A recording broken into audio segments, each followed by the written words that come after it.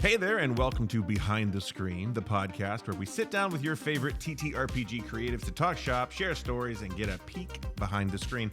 I'm your host, Brad Silman, and with me always is one of my 5 best friends, Lost Wendell. Yo! Every time, and I have to peek it every time. Normalize it every time. Oh, I'm sorry. Do you want? I can do it again for you. Yo! I mean, is that better? That's fine. It sounds Lost, sadder. It sounds like I'm having me, a real bad day. Are you having a good day? I'm having a day. Work was rough, but after work was great. Yeah, great. So, Lost, what are we doing here today? We're talking to a man who was once bitten. Maybe you saw him as a misfit. Some might know him as a Daggerheart teacher / master. And I recently just found out he's an okay home renovator. We're talking to Jonny from Talking XP. Yeah, that pretty much wraps that in a bow. All right, we can end it now. Perfect. Yeah, man. Oh, I'm sorry. Was everything supposed to be a surprise? Yeah. So the whole thing about that is that I cut myself on a stupid house project when I should have been wearing gloves. It was really stupid. It was dumb. And now for our segment, That Was Really Stupid, where we look at Jonny and we go, dude, that was really stupid. Dude, that was really stupid. Yeah. But hey, we're here today. Yeah, we are. Like we said, after work, it's been great. Yeah. It's been great. Jonny, thanks for being here today, man. Yeah. Happy to be This here. is I've been a fan. I don't even know. He's been a big fan for a while. He won't shut up about you. Keep on. And I'm just like, oh, this Jonny guy. Keep on. I please. get it. Mm-hmm. Okay, More? I have an important question though to start off with. Oh, The H, what'd you do with it? I killed it. Yeah, smart. there was no reason for it to be there, and it was just getting in the way, so I decided to just end it. I get it. I got rid of the Nico, so. Okay. yes. Okay, and I yeah, got rid of the that'll do Lee. If that. Okay, there you go. Yeah. Wait, Lee? We did it. Your name's Bradley? I thought it was Buddy. Bradimus. We've known each other for 10 years. Yeah. And this Bradimus. is. Bradimus. No, man. Bradimus, No. That makes sense, I'm here for right? Bradimus. Bradimus, that's me. I am Bradimus. Speaking of Bradimus, we're gonna play this game called Dice Breakers. Where Brad plays the theme song right now. Nope. Where Brad plays the theme song right now. I thought you had Where Bradimus Lost got it. plays the theme song right lost. Now here comes our favorite part of this bitchin' episode. You know that the show Johnny, will I'm start sorry. once It's like we answer 30 Brad's seconds. question. It's Dice This- You Here love we it. go, it's awful nice. It's I Dice do. Breakers. Rolling numbers is our vice. But I never want to subject like Roll my the lowest now. guest to Roll this. his d20s and then we'll roll the d100 and we will hear the questions asked. Now it is time for Dice Breakers. Yes, it is Dice Breakers. Hey, did you hear? Now it is time to burst some dice. Breakers, yes, it's Dice Breakers. And now Thank it's Dice you, Breakers. Lost. So listen, Johnny, now I'm roll sorry. the dice. I'm 10 sorry. out of 10. 10 out of 10. No, 10 out of 10. Honestly, if I can hear it again, that'd be great. You know what, Jonny? I think I could do that for you, my guy. Now here comes our favorite part of this bitchin' episode. You know that the show will start once we answer Brad's question. It's Dice Breakers. Here we go, it's awful nice. It's Dice Breakers. Rolling numbers is our vice. It's Dice Who Breakers. will roll the lowest now? It's Dice Breakers. Roll his d20s and then we'll roll the d100. And Why'd you do this, Johnny?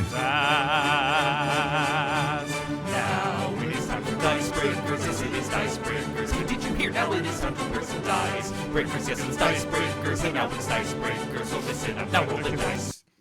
Loved it. Yep, I'm here for Listen, it. I will say before we play this song again, I will say I am very pleased. Lost did all of the harmony himself through the entire thing, and it is an amazing. It sounds like Emily singing in there at one point. Emily's another player in our podcast, but it's Lost. That's right. So, It's beautiful. 10 out of 10, So- like I said. in case you didn't know what Lost said in the lyrics, you guys roll a d20. Whoever rolls the highest gets to roll for a prompt. So let's get it. All right. Ooh, 13. Okay. 17. Damn it. Ooh. All right, Johnny. Roll me a d100. This All is right, the prompt. you got it. That is 59. 59. Nice. 10 59. away from Okay. being nice.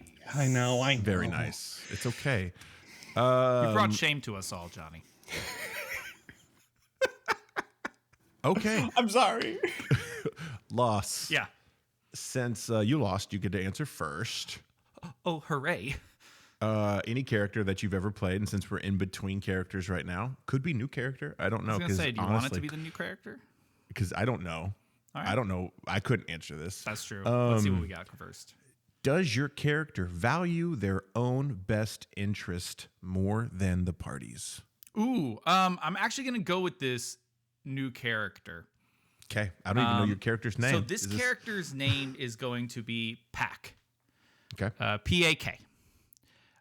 This is in the Daggerheart system. I will be playing I don't remember the name of the race, but I'm a frog person. Ribbit. Yeah. Ribbit? A ribbit. I have based the characters very loosely off of the children's book Frog and Toad. So I am the Toad of Frog and Toad, and Davis is going to be the frog. Yeah. Okay. Now, with all that being said, we are hunters. I don't put anything above the party. I have one job and one job to do only, and that is to teach the youngins how to hunt properly for the big system, the government, the citadel, if you will. Mm-hmm. I have mastered hunt. I'm a very good hunter. Kicker and I have been doing this for years. And you're making a lot of noise over there, Johnny. I'm so sorry. No, Kicker and I have been doing this for years, so I already understand / maybe just a little bit brainwashed to a degree, not literally, mind you, but like modern culture to a bit, where I listen to what the government says. Okay. And then I have to break free. Maybe. Is my we don't hope know. for an overarching story. We'll see. If I die in the first episode, it doesn't happen. I'm not GMing, so I have no idea. I know. You're a player this time, Brad. I know. I'm excited. I'm very excited. What's that like? Johnny, I don't know. I haven't started yet. So. It's not true. You started out as a player and upgraded to GM. Yeah. But then And now I we're was downgrading you again because you sucked. After 3 years, we went, no more. Thank you. I appreciate it. All the love. All the love. Thank you. Johnny, what about you, man? Does your character value its own best interest over the party's? Bold of you to assume that I have a character. I mean, So- you are DM. You have many. That is true. characters. That is true. I've been thinking of all of the characters that I've created so far, and I think I want to go with I'll go with one that is going to be in season 2 because that's going to be a lot more about NPCs. But I think yes, I think personal special interest is absolutely something that's taken over the party because I think that they in the story. Obviously, the party is traveling, and so this person would be a character that didn't really have a party to begin with, and so they'll be joining in, and their entire goal is to just put to rest all of the blighters that are here. They like a huge grave tender, and it is a person that has fields and fields and fields of just dug up graves, or I guess buried grave, you know the thing. Yeah. The thing. So I think one of their main things is if there are blighters that are, he's not going to kill himself over it, but if they are within reach, he is going to make sure that he is going to go there and put them to rest. And so I think that is something that if that is the prime directive, then everything else, if that's being done and we're all good, then everything else, I'll do whatever the party does. But if you're going to get in the way, then yeah. this ain't going to work. This ain't gonna work. Yeah. I like that. I like that a lot. Quick question just about that. Have you already... Okay, so when you're creating your NPCs in Daggerheart, because I haven't GM'd Daggerheart yet, so I don't fully know, but do you create it based off of a class already, or... See, it's and kind that's of the thing. new. Do you know what I mean? Right. That's the thing with Daggerheart is that NPCs don't really have stats. So I didn't really give... It's interesting, too, about Daggerheart because you have domains in each class. Yes. But the domains are shared. So like you can have the Splendor domain for like a Seraph, but you also have it for the Wizard, and you play them so differently that it's the idea of a class is so much more nebulous and like amorphous than it usually is in D&D. Like if you're in D&D, cleric is the healer, paladin is the tank, wizard is the wizard, you know, you have fighter that's the person with the big old sword. Like that's what it is. Barbarian, big But in dumb this- guy hit with stick. Exactly. But in this, the stats are so close that there's really not a dump stat because I mean, realistically, a 0 versus a 2, there's really not that much of a difference there. Yeah. And then you can play them so differently. Like if you're a Seraph and you only go into the Valor domain, I think it's Valor and Splendor, I think is. If you just go Valor, then you're a completely different Seraph than if you go all the way into Splendor. Like it's such a mix and match of different abilities that you could choose from, very much like Pathfinder.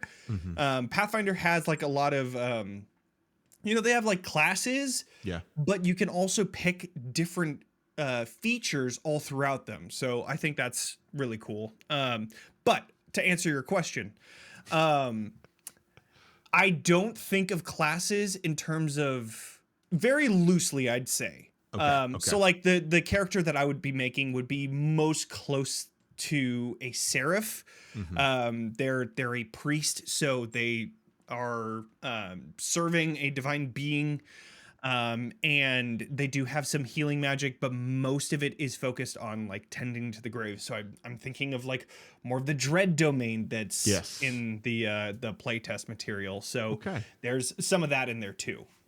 You know, I know we're getting off topic of dice breakers, but I will say I love the not compatibility, but the freedom to make your own classes and make your own just anything from Daggerheart. They give you all of this material to just be like, hey, do whatever you want. So like if you wanted to be a Seraph but have different domains, you probably could, or venture off to do something crazy. I don't know. But I do love that they are giving you pretty much like everything at the beginning and saying, hey, do whatever you want. Have fun. This is your game. Yeah, no, I really do like Daggerheart. It was like a what's the word? A precursor with Candela, knowing how open they were with that was awesome. It was great because of how you can have a specific place on the map, but they don't have maps because they're going to put in all of these locations and say, you figure out where they are in this map. They have like a districts map and stuff like that, but they don't have like specific points of where is this, the hospital in the map and all of that stuff. Yeah. It's just open to interpretation. And they don't have a what's the word? The Undercity, what do they call it? Old Fair. That's what it is. Oh. No, in Candela. So the Old Fair and Ruins, they don't have a map for that either. So anywhere you go, you can place something in front of it. And I knew that when that was their approach with Candela, that was totally going to be their approach with Daggerheart, where it's... That's cool. I mean, like, in the game, they give you maps that don't have any labels on them. And they say, give this to your players and tell them, pick a point, name it, and give me a good fact about it. And you create a world together. Like that's one of the coolest things about Daggerheart is the collaborative storytelling part. Of course. And it's so open. I agree. So let's get back to one more dice breaker. If you guys don't mind, rolling a D20. Sure, and we'll I will get the song up. Nope, What? boss. What? Please don't. Please don't. Fine. Okay, It's going to happen again, though. You just need to know that at some point, I'm just going to share the screen, and it's going to play. God damn. Halfway through a question, just bam! Okay, what'd you roll? What'd you guys roll? No, I did not roll yet. I got too distracted threatening you. 13 again. Wow.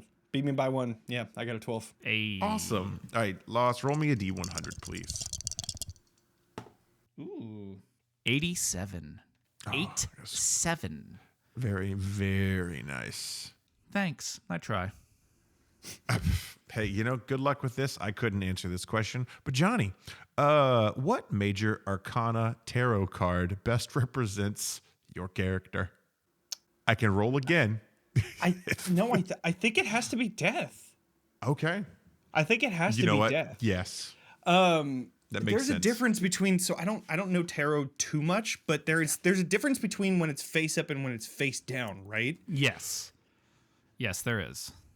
I think, correct me if I'm wrong, because I can't. I have the Wikipedia page up, so I'm ready. I'm ready to correct if we need to. So if it's upside down, does that mean like the opposite? Like it's death around you kind of thing?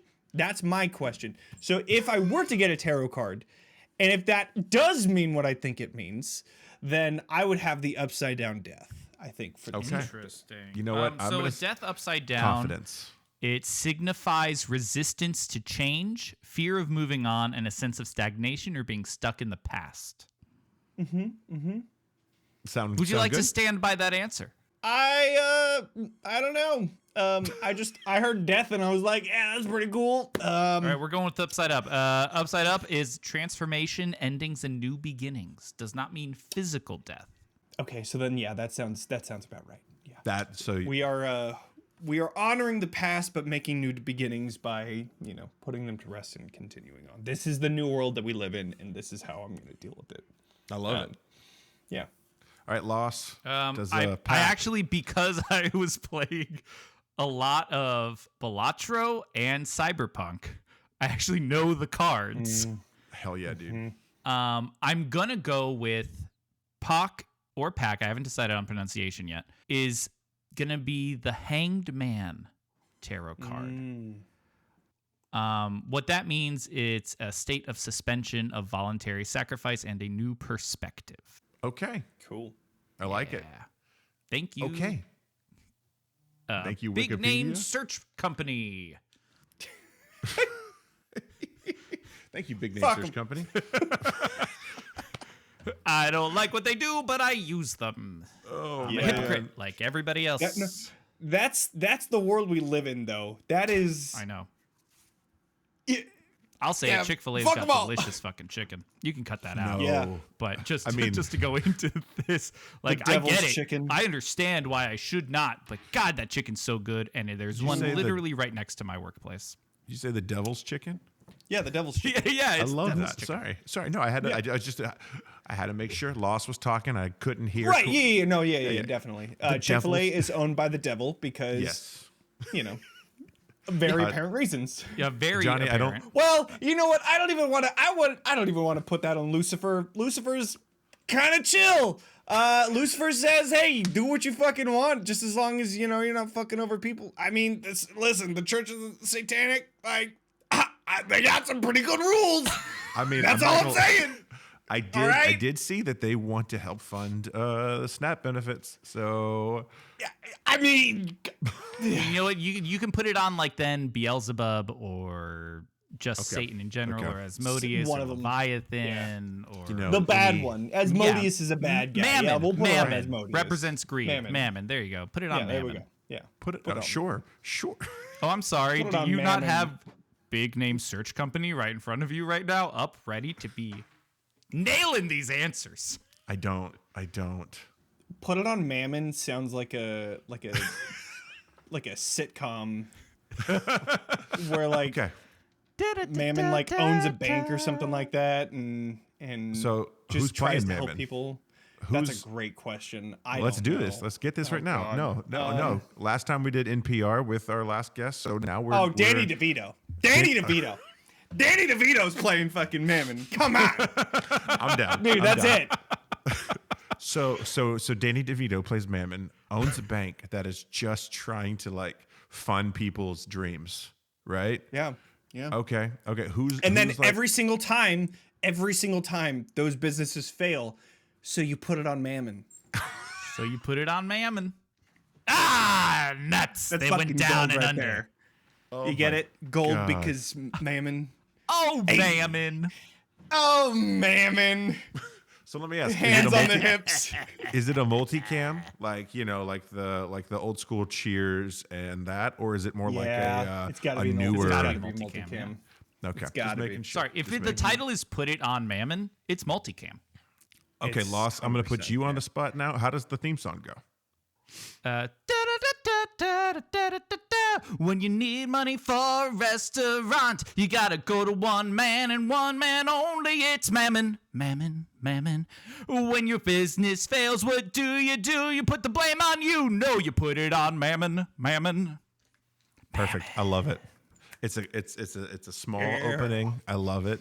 It gives me reminiscence of like the 70s and the 80s. I'm there. Well, I'm there. it's like in old sitcoms, you actually got a full theme song, and then as the later seasons went on, you got like a 30-second cut of the theme. Scrubs is a big one that did that, which I love Scrubs, and it was like it used to be the entire song, and then it just turned into I just do it all on my own. I'm no Superman. Scrubs, and I'm like, fuck, I love this song.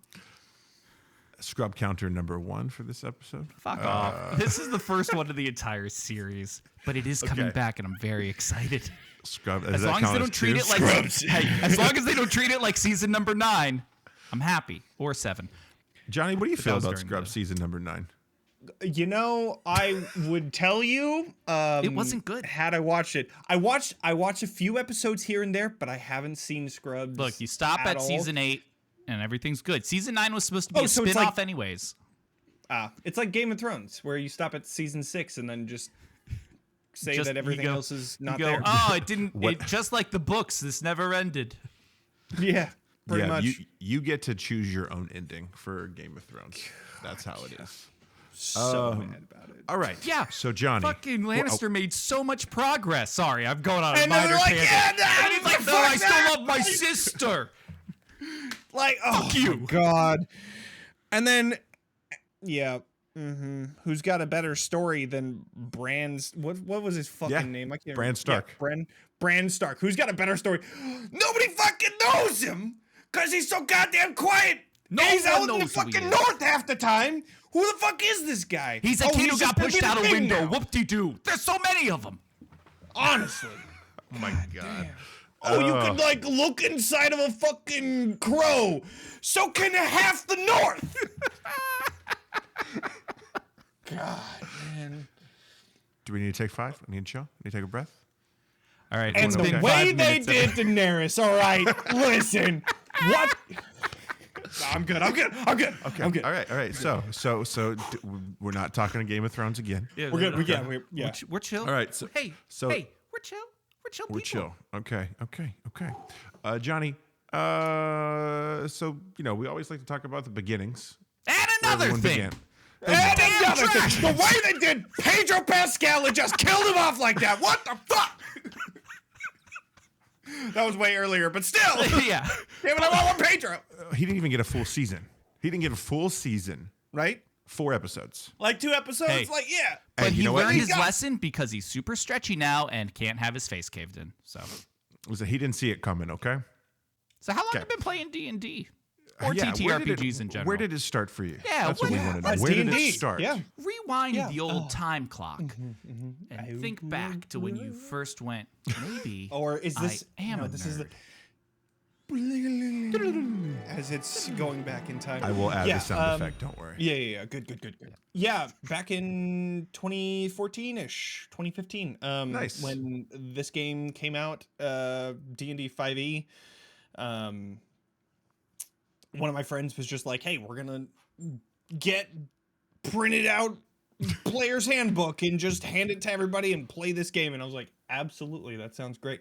And then I made a paladin as my first character, and boy, oh boy, did I fall down that rabbit hole. Holy shit. So I played like the first 2 sessions of Lost Mines of Fendelver. And then I remember hanging out with some of my friends. They were doing Mario Party, but it was on the N64, so there's only So it 4 was- controllers, and there It was the 6 good of Mario us. Party. Right, it was the good one, yeah. Yeah. Where And you then I rotate. was like, exactly. And so, they were all playing and we were just hanging out and it was all great. And then one of my friends was like, "Hey, we should play D&D tonight." And I was like, I'm gonna write a little one shot and we're gonna play it. And everybody was like, that right now? And I was like, absolutely. So I wrote a little one shot. We all played, and it was amazing. It was like I knew exactly where I needed to be in this world. And I found it. The I GM. found exactly. it. Exactly. So yeah, that was where I started, and then ever since then, it's just been kind of dabbling in other TTRPGs here and there, and the rest is history. Let me ask, do you think Lost Mines of Phandelver is actually the best way to start? I think the best way to start is the easiest way to get people to the table. I agree, If that means writing a little one shot and getting everybody there, great. If that means that you need to look through the book of Lost Mine and Phandelver, which is very small, but actually gotten a lot bigger now because of the 1 to 20 edition that they did. But Wait, if that what? means that you run, Obelisk, Shattered Okay. Obelisk, whatever this is called, that's Yeah. a continuation of Lost Mines of Phandelver. Really? I did not know that. So I did it's not supposed to know that. be Lost Mines of Phandelver to get you from 1 all the way to 20. Insane. Yeah. Okay. Sorry, but- I interrupted you. Yeah. Oh no, yeah. If that's the way to do it, then that's the way to do it. But I think the best way to get into it is to just come up with a story that you want to tell and then go from there. And if that just means that it's Lost Mines of Phandelver and you want to add to it, great. If you don't want to add to it, that's even better. It's whatever gets you to the table. That's the best one shot. Or You know what? I like that a story lot. You could do. I like that a lot. I mean, that's kind of what we did with our, well, when we were playing Dungeons and Dragons, we started off with Edge of the Empire, Star Wars Edge Star of the Wars Empire. Age of Empire. Yeah, and that was fun. It was good. But then after we left that group, we started playing D&D, which I was terrified to do because to me it was a daunting kind of thing, which is strange because the Genesis system is a little Really bit more daunting. Yes. You want to talk about daunting? But when we got into it, it was just like, no, this is it. I'm sold. And I've tried to DM for some friends of mine who live out into the world over this, and we've tried to do Lost Mines of Phandelver, and just because they're new, and I did not want to like create a full world for something that I wasn't 100% sure they were going to continue, so we just tried something simple, and then it ultimately ended up into like a full just 2 players just running on Faerun, you know what I'm saying? Just doing what it is. So, but no, I completely agree. Whatever gets you to the table. I do think that the very, very start of Lost Mines of Phandelver, the ambush and the Wave Echo Cave. Nope, that's the way later. The Goblin Cave. I know what you're Kragmaw talking Cave. about. Yeah, the Goblin Cave. That incredible introduction to Yeah. D&D. Incredible introduction.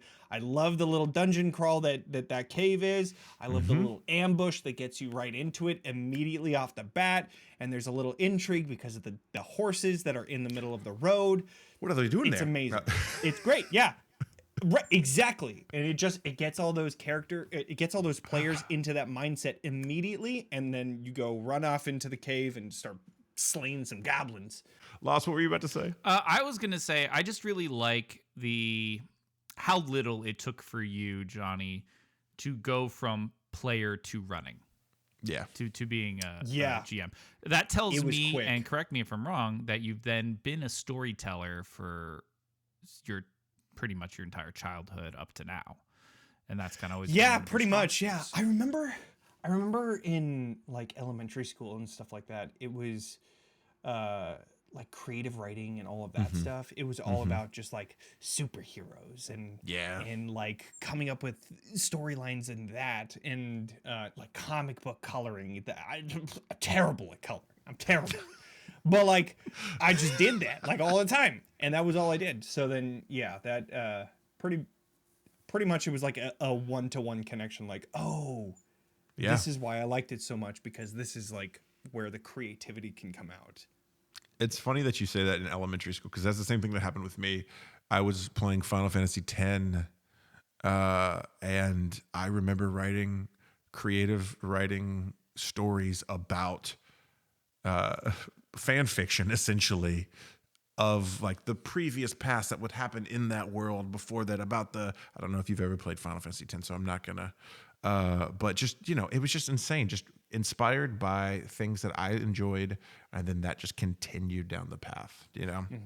Hey, I think that's all of us. I think we've all done that. I mean, yeah. To my literally, Tell us, my Lost. first, Did you have elementary creative writing as well? This was just at home. Like when I was a little kid, either pre-elementary or during elementary time. I don't really remember, but I wrote my first quote unquote comic called Super Spike, and it was a guy who could shoot spikes out of his arms. Well, his arm was one giant spike. It was like 5 pages long, but my mom held on to it for a long time. And I'll tell you, I killed the bad guy at the end, and I was like 5. So I was fucking awesome since I was 5.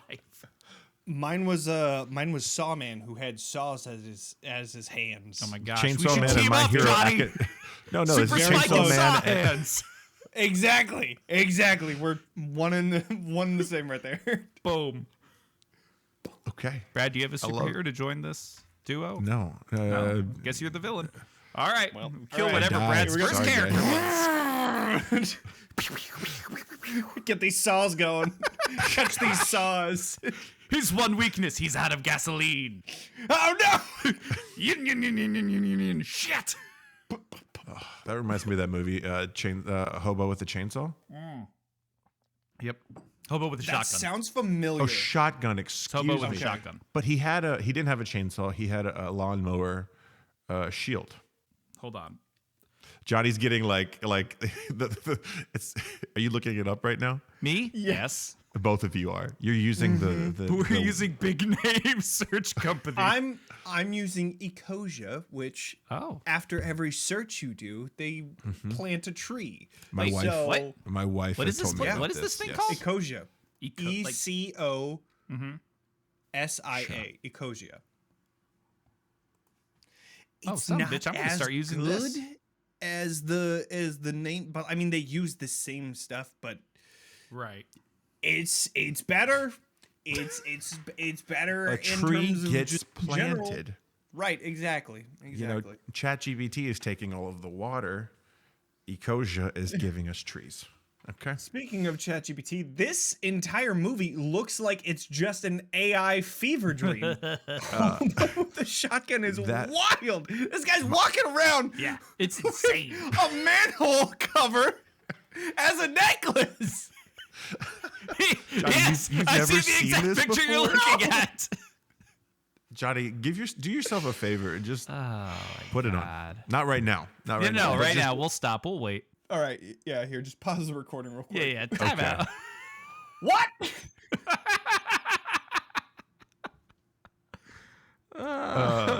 Man, sorry. Okay.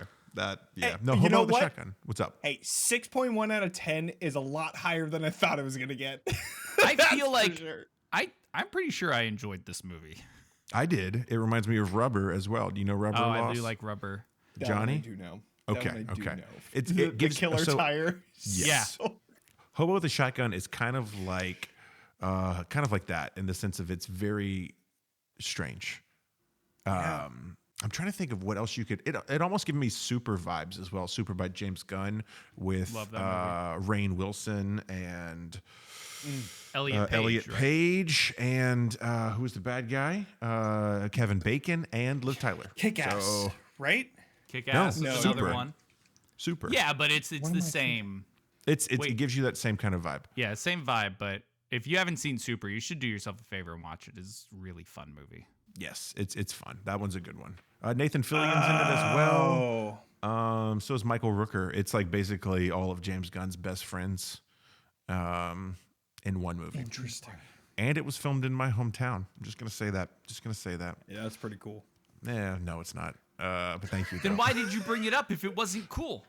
It makes me feel special about my hometown. Okay. So 'Cause then my it's hometown's cool. a shithole. It's a shithole. So It's Shreveport. Shreveport. It's awful. Don't go there. Listen, if anybody's listening, don't go to Shreveport. There is Louisiana. someone in Shreveport listening right now, your mom, who is No, like, she doesn't this listen to son this. of a bitch. Listen, I've been doing Can't believe I podcasts for gave what, birth to 2.5 him. years, and she's like, "How's your podcast going?" It's like, Mom, you'd know if you'd listen. You'd See, help it's us very with funny numbers." because I love my mom. I will never let her listen to my podcast.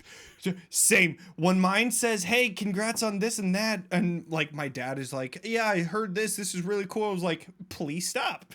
Please don't do that." And this is I don't want you doing that. And that's as far as you need to go. Exactly. Just know I'm having a good time, and you don't have to listen to it. You You can can just just say, move "How's on. it going?" Exactly. Just My like mom an would oral just call me parent. up. She'd Come be on. like, "I'm sorry, you said the G word how many times?" I'd be like, "I'm so sorry, Mom. I get it. I'm in my 30s. "I'm so sorry, Mom." Goddamn." Oh, goddamn. My daughter says that. She says, She's "Goddamn." She's 2.5, and You're a good dad. I thank you. It's actually my wife. She's the one that did it, but I also do it. So Yep. basically, she'll come up and she'll be like, "God damn it!" Little 2-year-old, cute voice, all that jazz, and we'll be like, Probably is "Bev, adorable as fuck, though. you can't say that." And she goes, "I can't say God." I'm like, "No, you can say God if you want to, but I can't say God damn it." It's like, God. And it's cute. I don't know. She knows what she's doing. And then you try to teach, but you start laughing because Exactly. God And damn then it, that's it cute. doesn't help.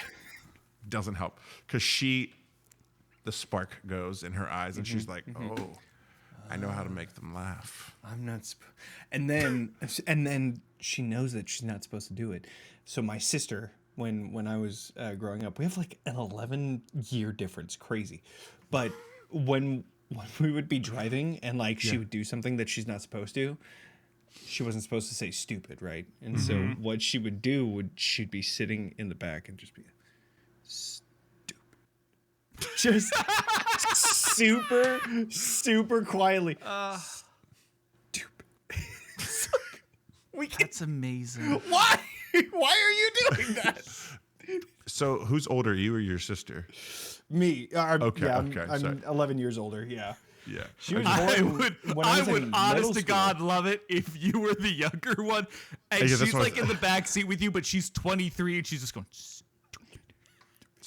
and you're just like, "Oh, I heard you. I'm good tell on you." Don't you say stupid. She said stupid. Mom, she said stupid. Oh, man. Okay, I got a legit question for you. Okay. Okay. I get us back on track, but only a little bit. I love your opening to Bitten, like the opening cinematic. And Oh, I'm thank you. curious how did you do, like, how did you hire out? Like, how did you do that? How did you build it? Like, I'm very curious. I literally watched it before we started this, and I was like, holy shit, this is so good. I need to ask. Well, thank you. So Envato is one of the biggest places that I got a bunch of stock video. That video, like in itself, it's only like a minute and a half long. It took me several hours in order to find the videos, put them together, and then have like different transitions and things like that, get that all set up. It took me a really, really, really long time. I wish I could say that I could hire out people to do that, but at the same time, it's really cool to be able to say, no, that's something that I 100% made. Oh, honestly, the fact that you're saying that, I'm hella more impressed.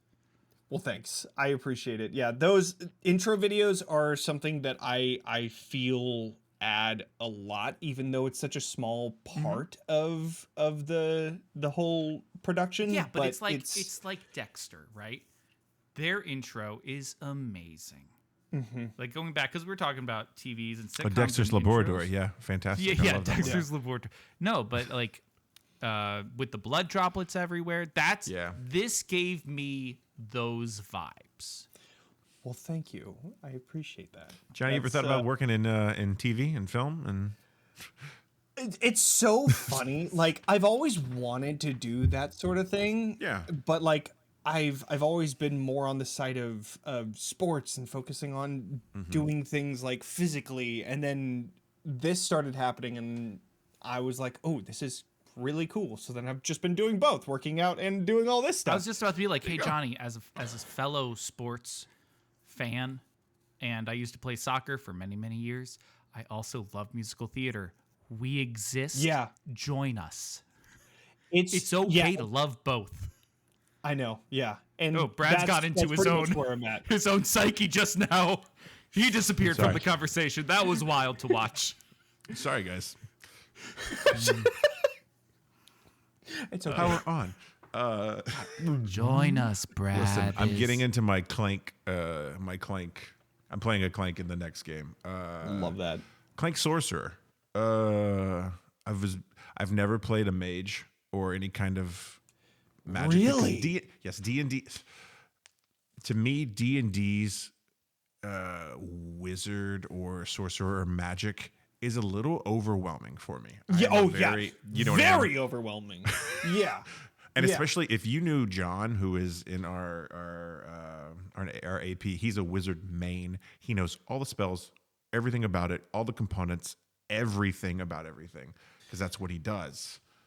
And having him be in the same party or trying to GM for him as a wizard, it's very much like, what the fuck did I do? Yeah, Brad so will think now- he's got us stuffed, and then out of nowhere, John will be like, well, I'm just going to distort time. Ta-da! Yep. Well, there goes, the big 5-hour combat that I had planned. No, Yeah. but this is my first mage or kind of magic arcane-based character, and I think because of the flexibility that Daggerheart has, and we can go into this a little bit, I feel like I can do more narratively with less. Do you know what Yeah. I mean? Yeah. So Yes. Yeah, that's one of the greatest things about Daggerheart is that it's so simple, but you can still make it complex. yeah. And so it kind of fills both the crunchiness of TTRPGs while also keeping it what's the opposite? Rules light? What Soft? Yeah, rules light. I think rules light is If we're going for actual phrases, no idea. But the opposite of crunchy is probably soft. I thought anyways, but yeah, that's what this does really, really well is like rules light versus the crunch of D&D, and it's like somewhere right in the middle, and it's great. I think I think that the spells having like open-ended descriptions is really cool, and also the fact that with those open-ended descriptions, you can then apply it to different worlds, which is why those campaign frames work so fucking well. Totally. Like, if you're in a Colossus game and you're just in the Wild West, your guns can be shooting out fireball. Like, that's the whole thing. It's so really, fucking really cool. Like what Daniel did is the Blood Hunter in shooting blood as a fucking bullet. So cool. So spoilers, cool. spoilers Yeah. if you haven't. No. It was so sick. But before we get into more Daggerheart and stuff, I really want to know, how did you get into the TTRPG community? So you started off playing Lost Mines of Fendelver. You probably played D&D or other TTRPGs for quite some time before you started to get into the production side of things. Where you are now. Yeah, what happened? What Yeah. you were streaming 2020 Mario Kart happened. or Mario Party, and 2020 happened, and that during college I had watched campaign 2 of Critical Role. Love campaign 2, favorite campaign. That's what got me started, and I think that's just kind of how it is whatever you start with is your favorite campaign, because I know a lot of people that say C1, and I watch back and I'm like, why is this? I can't even get through the first arc. Like, what are you talking about? Anyways. I'm with you. Loved C2, and I was like, this is something that I would love to do. I would love to do that. And so went through college, then got to 2020, and it was like, I have friends that want to do this too. Let's try it out. And so we started doing that, doing some one-shots, and then I started running Curse of Strahd. So I ran Ravenloft Misfits for over 3 years. We went to level 15. Dope. And 103 episodes. We started at the same time as Critical Role, campaign 3. Yeah. So it was really cool to see our campaign evolving as theirs was too. Really, really cool. That is cool. So yeah, we had 103 episodes. Absolutely wild. Really great of a story. And once that was done, towards the end of it, I started coming up with like a zombie apocalypse campaign that I was like, oh, I'll run this in D&D, but I was running Curse of Strahd at the same time, and I'm very much a one campaign kind of DM. Nice. I like put that. all of my focus onto that one campaign. And so I'd go through spans of prepping for an arc in Ravenloft, and then I would go right back to prepping this side project that I have that eventually I would run. So the end of Ravenloft Misfits comes around, and we then Daggerheart is a thing. So I'm like, ooh, what if I made this for Daggerheart? So I took the beta rules and I just kind of looked at them and figured out how a bite mechanic would work, how a like in D&D I had a constitution save, but in this it's not the same thing. There's similar things that you could do, but it's not, it's just it didn't have the same bite to it as I wanted. So exactly. Sorry. So No. what made you, to quickly interrupt here because I want to touch on this because you said it. Yeah. What made you turn to Daggerheart from D&D? Was it that shiny new toy, or when you actually like discovered it, did you go, oh, this kind of molds better with what I want to try to tell? There are a few things as to why I did that. So first off, running Curse of Strahd for 3 years kind of put me in a burnout state on D&D because running it every week that long is hard. Yeah. And then it was definitely shiny new toy. I had tried Candela and I was like, this is amazing. I love that. Okay, great. And so I figured that Daggerheart was going to be good. Then I tried the beta and I was like, this is awesome. I really love it. But I didn't keep up with it. So brings us to the final point of this is going to be a very big TTRPG. If I don't turn it into Daggerheart, it's not going to get as much views as it would, which turned out to be the correct choice. Because once Daggerheart released, we had episode 1 out. Yeah. So it was, and we're sitting at around like 10K views on YouTube right now. And then we have a podcast form that's almost at 1,000. And that was late. That was late to the game, the podcast format. But yeah, it was just like, I know Daggerheart is a good system based on the beta stuff that we did. I looked over the rules again in version 1.5. And everything was pretty much similar to what it was before, except they got rid of the action tracker at that time. And then it was like, yeah, this is great. This is great timing. I have a great cast. Let's do it. And so that was the entirety of the thought process of I'm fucking done with D&D. This is perfect timing, and I like Daggerheart. Let's go for it. I love that. I love that. That's fantastic. No, it's a pretty interesting thing that you did it that way. Well, one, I will say, running a zombie apocalypse in D&D sounds extremely hard because Loss and I have a player in our games, Emily, who I love Emily so much, played a paladin in our last game, our main campaign. And I know that Emily would do everything mechanically to be like, oh, there's a zombie bite. I'm going to lay on hands 5 points to where it, negates it into some way, shape, or form. And that seems very difficult to deal with as in a D&D setting, at least for me. This is me personally. Yeah. But in Daggerheart, where there, we've already talked about narratively, it's open-ended to do the things that you want to do, but there's also nothing that specifically says that this can cure a zombie bite. Do you know what I mean?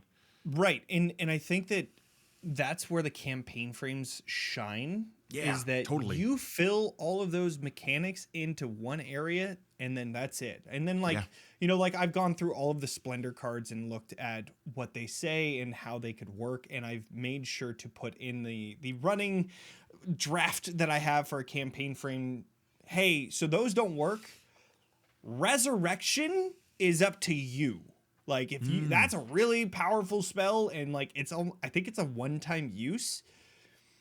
If you use that, that's up to you. Like how you're level 10, you're pretty much a fucking god at that point. True. You can decide whether or not that actually works. And I would love to see crazy, but I would love to see people playing it and like telling me how it goes with like the rule set and how they were able to do like an actual bite or something like that, because I've only been able to like get an actual bite through one time, and that was through a one shot that I did, and I just overpowered this group that I had, and it was cool. But yeah. I love it. And it's funny, Loss. I think that's a very good question to ask about finding whether it was the game mechanics that made you want to do it or not. Because Thank I you. was I talking am to amazing. you are amazing. I was talking to M. Carlson about from Blackwater D&D about their new games that they're doing. Right, so they do their main campaign, but then they do a plethora of podcasts that just kind of pop up randomly. They've got their God Killer game that's based off of the God Killer series or the God Killer system. They've got a new one called God Killer Inc. that is based off of a system called Inc., which I haven't looked into yet.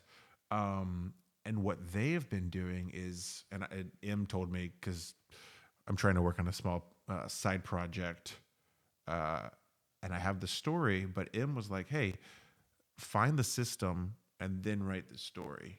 And I was like, that's an interesting way to put it. But no, Loss, I think that it just chimed in my mind when you asked that question, because yeah, no, I was curious too, like finding the system or writing the story. Do you know what I mean? I think that it's a mixed bag, because True. No, you're I right. I have the story and I was writing it for D&D, Mm-hmm. but I found that Daggerheart is way better than D&D would have been, for sure. Like 100% way better, because I like the armor slots that they have and Mm-hmm. how that incorporates into the bite and actually getting bit versus Sure. like a constitution save or whatever. Because like Mhm. AC is so easy to hit in D&D, but like dealing a hit point in Daggerheart, there's It's a lot many, harder. it's multiple layers. Right, Yes. exactly. And so I had the idea of what the story was going to be before I picked the system completely, right? I knew that Totally. it was going to be fantasy setting, so D&D was what I knew best, and that was what I was going to go with. But I was making mechanics to do the bite. I wasn't really making mechanics for the story itself. Yeah. So I think it's just like one of those writing things where it's write, rewrite, and rewrite, and rewrite, and rewrite, and rewrite until you find the right mix of things. Yes. And then if you find a system during that time, great, and then you could just incorporate the rules in that into the story that you have as well. Yeah, it's No, I no. think I have a different approach to it than that. I No, guess that's to all. be quite honest with you, the game that we're trying to produce next, like the little side quest, story came first, and I was trying to. It's more narrative based. I didn't want to use Daggerheart because it's not going to be very combative. It's not going to be. It's going to be more storytelling than that. I didn't want to use D&D because multiple reasons, but Yep. fortunately, I found Legends in the Mist, which I don't know if you've seen. It is essentially Daggerheart without the combat. It is, you have tags that are experiences, give you plus and minus based upon your tag that you take, your experience. And the one thing that really sold me on it, and it is a 2 dice system, it's 2d6 instead of 2d12. So it's a lot, the margin for success and error is a lot smaller, right? But the cool thing that kind of sold me on it was the party dynamic, because if you look at fantasy and just, or even video games or anything like this, TV shows, anything, all parties that are created are not equal. Like you can look at Lord of the Rings, you have Samwise in the same party as Gandalf. Do you know what I mean? How is that possible? You have the strongest wizard in the world and A just some gardener. guy. Yeah, exactly. Yeah. So like, how does Best that? friend. A best friend. Sorry, no, that's the strongest power of them all. Right. Friendship. No, but things are just that nature, right? Like, but no, how can that work out together? And the game is very much like, hey, do you want Fireball to be your experience? That can be it. But if you want, cooking an amazing breakfast, that can be it as well. Whatever it is, you know what I'm saying? And it's just the dual. It's just like the the dynamics of the party can coexist without being leveled, without being super overpowered. It's just finding the story, being who you are as that character, and narratively going throughout the story. And that's what and it fit perfectly with the story that Lost and I are gonna try to tell in this next little side quest that we're gonna do. So Legends of the Mist. yeah, it's Love that. the same Look it up, people it's that did City of the Mist, and their fucking like tutorial is a comic book. It's a graphic novel. That's so cool. I know. What? Yeah, no, Speaking of cool, Johnny, you're cool, man. how dare you take my words? You were gonna do it. You're cast for Bitten. Oh, it's phenomenal. Yeah, Fucking cool. How? How did you find them? How did you come across them? You're gonna hate this fucking answer. Great, I'm ready. Accidentally. Of course you did, you bitch. So right, I know.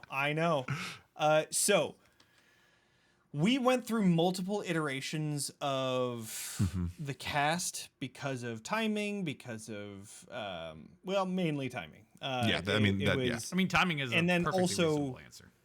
Yeah, as well as the fact that it kind of falls into timing, but like how long the campaign was supposed to be, which let me tell you, it was not going to be seasons. It was going to be 10 episodes done. I was so fucking far off. Anyways, so it started off as a completely different cast in the very beginning, and then we did Wenda meets and lettuce meets and talks, and it just didn't work out, and so we just kept on finding one and one and one. Then I went on to a game where I finally got to play with Meadow. I had known of them but never like actually played with them. And then Daniel was in that cast as well, and boy oh boy, the two of them was like magic. It was insane. Yes. And I mean, it's a very clear thing because you see all over the place that those two are on the same cast everywhere. And also Mare was on that cast as well. Yeah. And so that's why we put Mare into this one shot, because I was like, you are also an incredible role player. So it was an immediate like, okay. So the cast turned into what the cast is. Because those two I had. Cujo I had always talked to about playing, never actually did. This is the first time that I actually got to play with Cujo. And Cujo's usually a GM, so that was really cool on that part.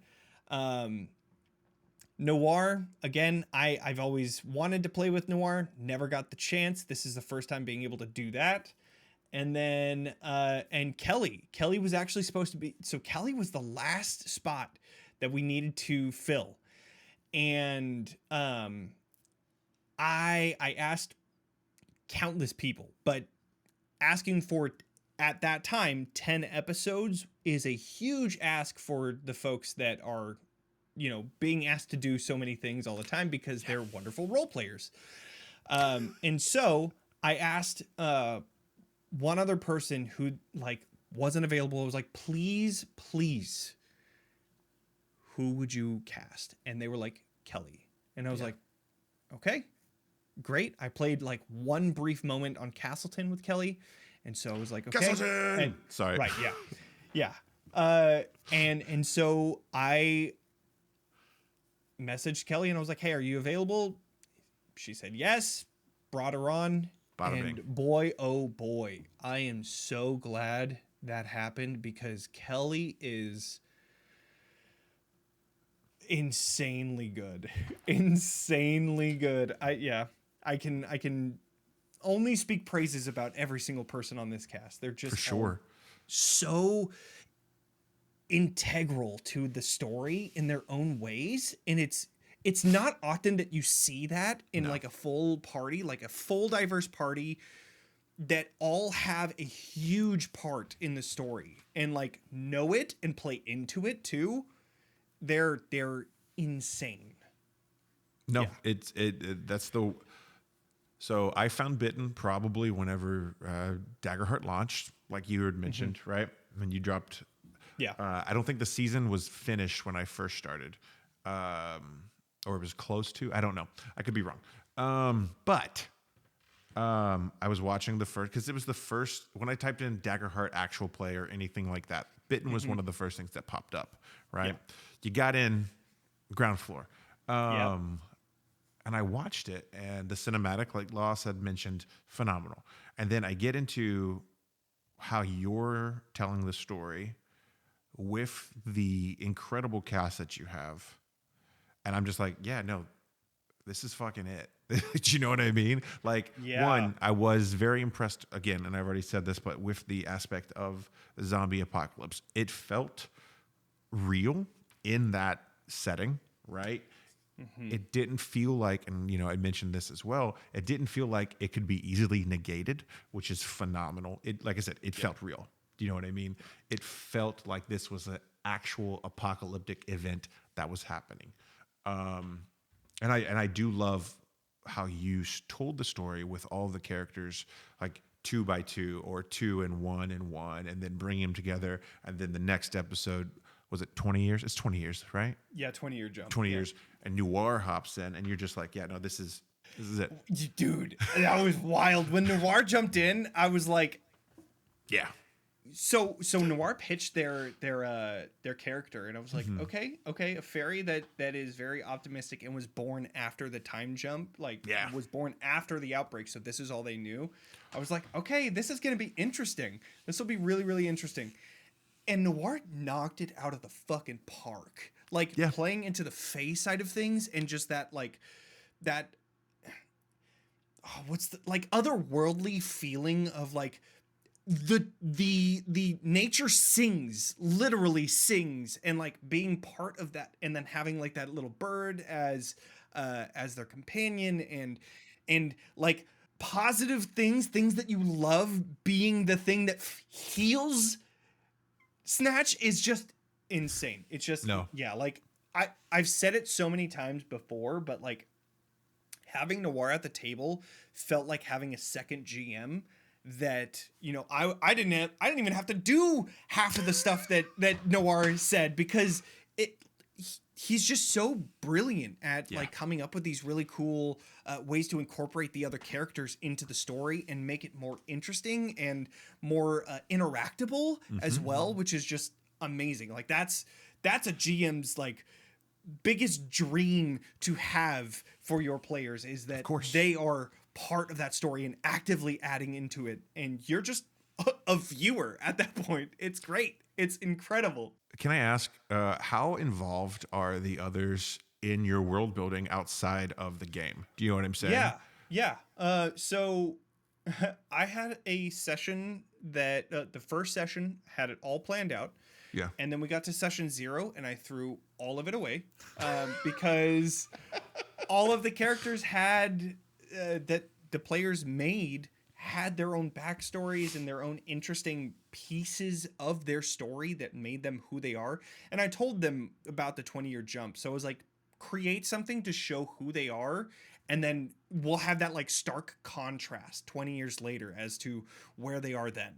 And I had said, oh, you guys are an adventuring party and you're just coming back from a quest before, and I was going to do start off with halfway through a combat scene, and they were going to kill the ogre, come back, see a bunch of people that are sick, and then be like, oh, that's fine, and then go to a tavern, and then all hell breaks loose. But instead, I had all of their own stories, which, by the way, the reason why it was 2 and 2 and Noir wasn't a part of it was because scheduling. We had set a certain date for all of us to be together to do that first session, but then things got mixed up. With having so many iterations of the cast and bringing people in, there were a bunch of dates that were already thrown out, and so some thought it was one, the others thought it was the other, and so we got those two set, we got those done. Noir wasn't available until the next week, which was episode 2, that second week after episode 1, and we had recorded episode 1 3 weeks prior so that we could have it ready. But so all of them having their own storylines for their own characters, I was like, Perfect. Yeah, no, that first session is gone. We need to focus on who they are and how they got into the situation of the outbreak, where they were and how they got out of it. And the only way to do that is to throw out that first session and let them tell me what they want in their story. And so the setting was me. Yeah. Outside of that, I would say probably like 20% of the story was me. And the rest of the 80% was the players. That's for fucking that first awesome. session. Yeah. That is so awesome. After that first episode, it was a lot more like 50-50, I would say. Like I'm, putting the situations out and then they create the story. And, as a GM does. But there's no NPCs in this story because everything is a fucking walking blighter. So it's really just I am the setting and then they are the story for most of that. But yeah, setting the setting in this is a lot more on my side, and then they just add to it as they go. I'm excited to finish it for sure, and I'm excited to see what you guys do in the future. Season 2 is going to be so good. So what I've been telling everybody is that first season was blighters, second season is humans, and then third season is going to be if we get to that Jaime point, Lannister. hopefully. Right, Jaime Lannister turns around and goes home, and yeah. I'm kidding. Third season is probably going to be like the origins. We're going to try and get into that area. We'll see. Oh, that's cool. I that's love cool. zombie movies. My favorite part about zombie movies is never the zombies. It's always the people. It's always the relationships. And I'm curious how that plays a part in your game. I wanted the zombies to be roadblocks more than the story. Great. So background, essentially. Right, background. You hear them in the back as they're groaning and screeching. You face them when you're in the most inopportune moments of a bridge not working and you need to get across, and that's when this horde finally, of course, attacks you. Mm-hmm. They're very much they're a roadblock and an adversary more than they are the story. So I like to tell the story without the blighters. So like you see the remnants of the society because that there are blighters there, not because the blighters did something, but what was the society's reaction to the outbreak. And so in this first season, not too many spoilers, it's mainly focused on the world and the world that they live in, not so much the people just yet. It focuses on the party and their connections. Mm-hmm. And then now when we're going into season 2, now we're going to get into the people and what has happened since the outbreak and how how did they survive? What mindsets do they have? Certain things like that. And I do take a lot of inspiration from like Walking Dead. Yeah. Walking Dead was a huge running thing that like it focused on the zombies, then it focused on the humans and how they interact with each other now that it's literally the Wild West out there and there's no rules. It is just survival. And so that's kind of what we're going to be leaning into in season 2. But season 1 is good because, like I said, the blighters are very much the background. Mm-hmm. It's cool encounters, cool combat. They're always a danger, but the focus of the story is the party and how they get through the trail to the city that they need to go and look into. And then once they get there, it's chaos. Loss, you're in for a treat. You really are. Like I said, watching that first episode literally just sold it for me, Mm-hmm. We've spent about an hour talking about Daggerheart and Bitten. Hey, we could do more. Let's do it. Hold on. I want to take a quick break from that, and because we will be revisiting it. And I wanted to ask you about your ASL. Oh yeah. How did you decide that that's something you wanted to learn? How is that something that you got into to be an ASL interpreter? Yeah, so that's just my day job. He says nonchalantly. This is my day job. So that's a normal day job for everybody. Yeah. I went to college and they needed a language requirement, so And a lot of my friends were like, hey, this is an easy A. And I was like, that sounds good to me, being a college kid trying to get through community college. So I went in there and Another one. Sorry. Yeah, right. Yeah. I picked it up pretty quickly. I don't know why. It's an interesting statistic, but 75% to 80% of the workforce is women. And I don't know if that's because, language is not really a man thing to do, but it is what it is. Yeah. And so I went in, I picked it up, and it was really quick. And then the teacher at that time was an interpreter and was like, hey, you should look into this. And so I was like, all right, cool. So I looked into it, and it looked like a pretty, decently paying job. And I was picking it up pretty quickly. I didn't have any other major that I was going to go into other than like business or some boring shit like that. And so I was like, yeah, fuck it. Why not? And so went through it, graduated from that community college, went into a college here in Oregon, did my degree there, and just have been doing that ever since. Yeah, I mean, it's a pretty common story with people. Oh, I just took a class in college and liked it, and Yeah.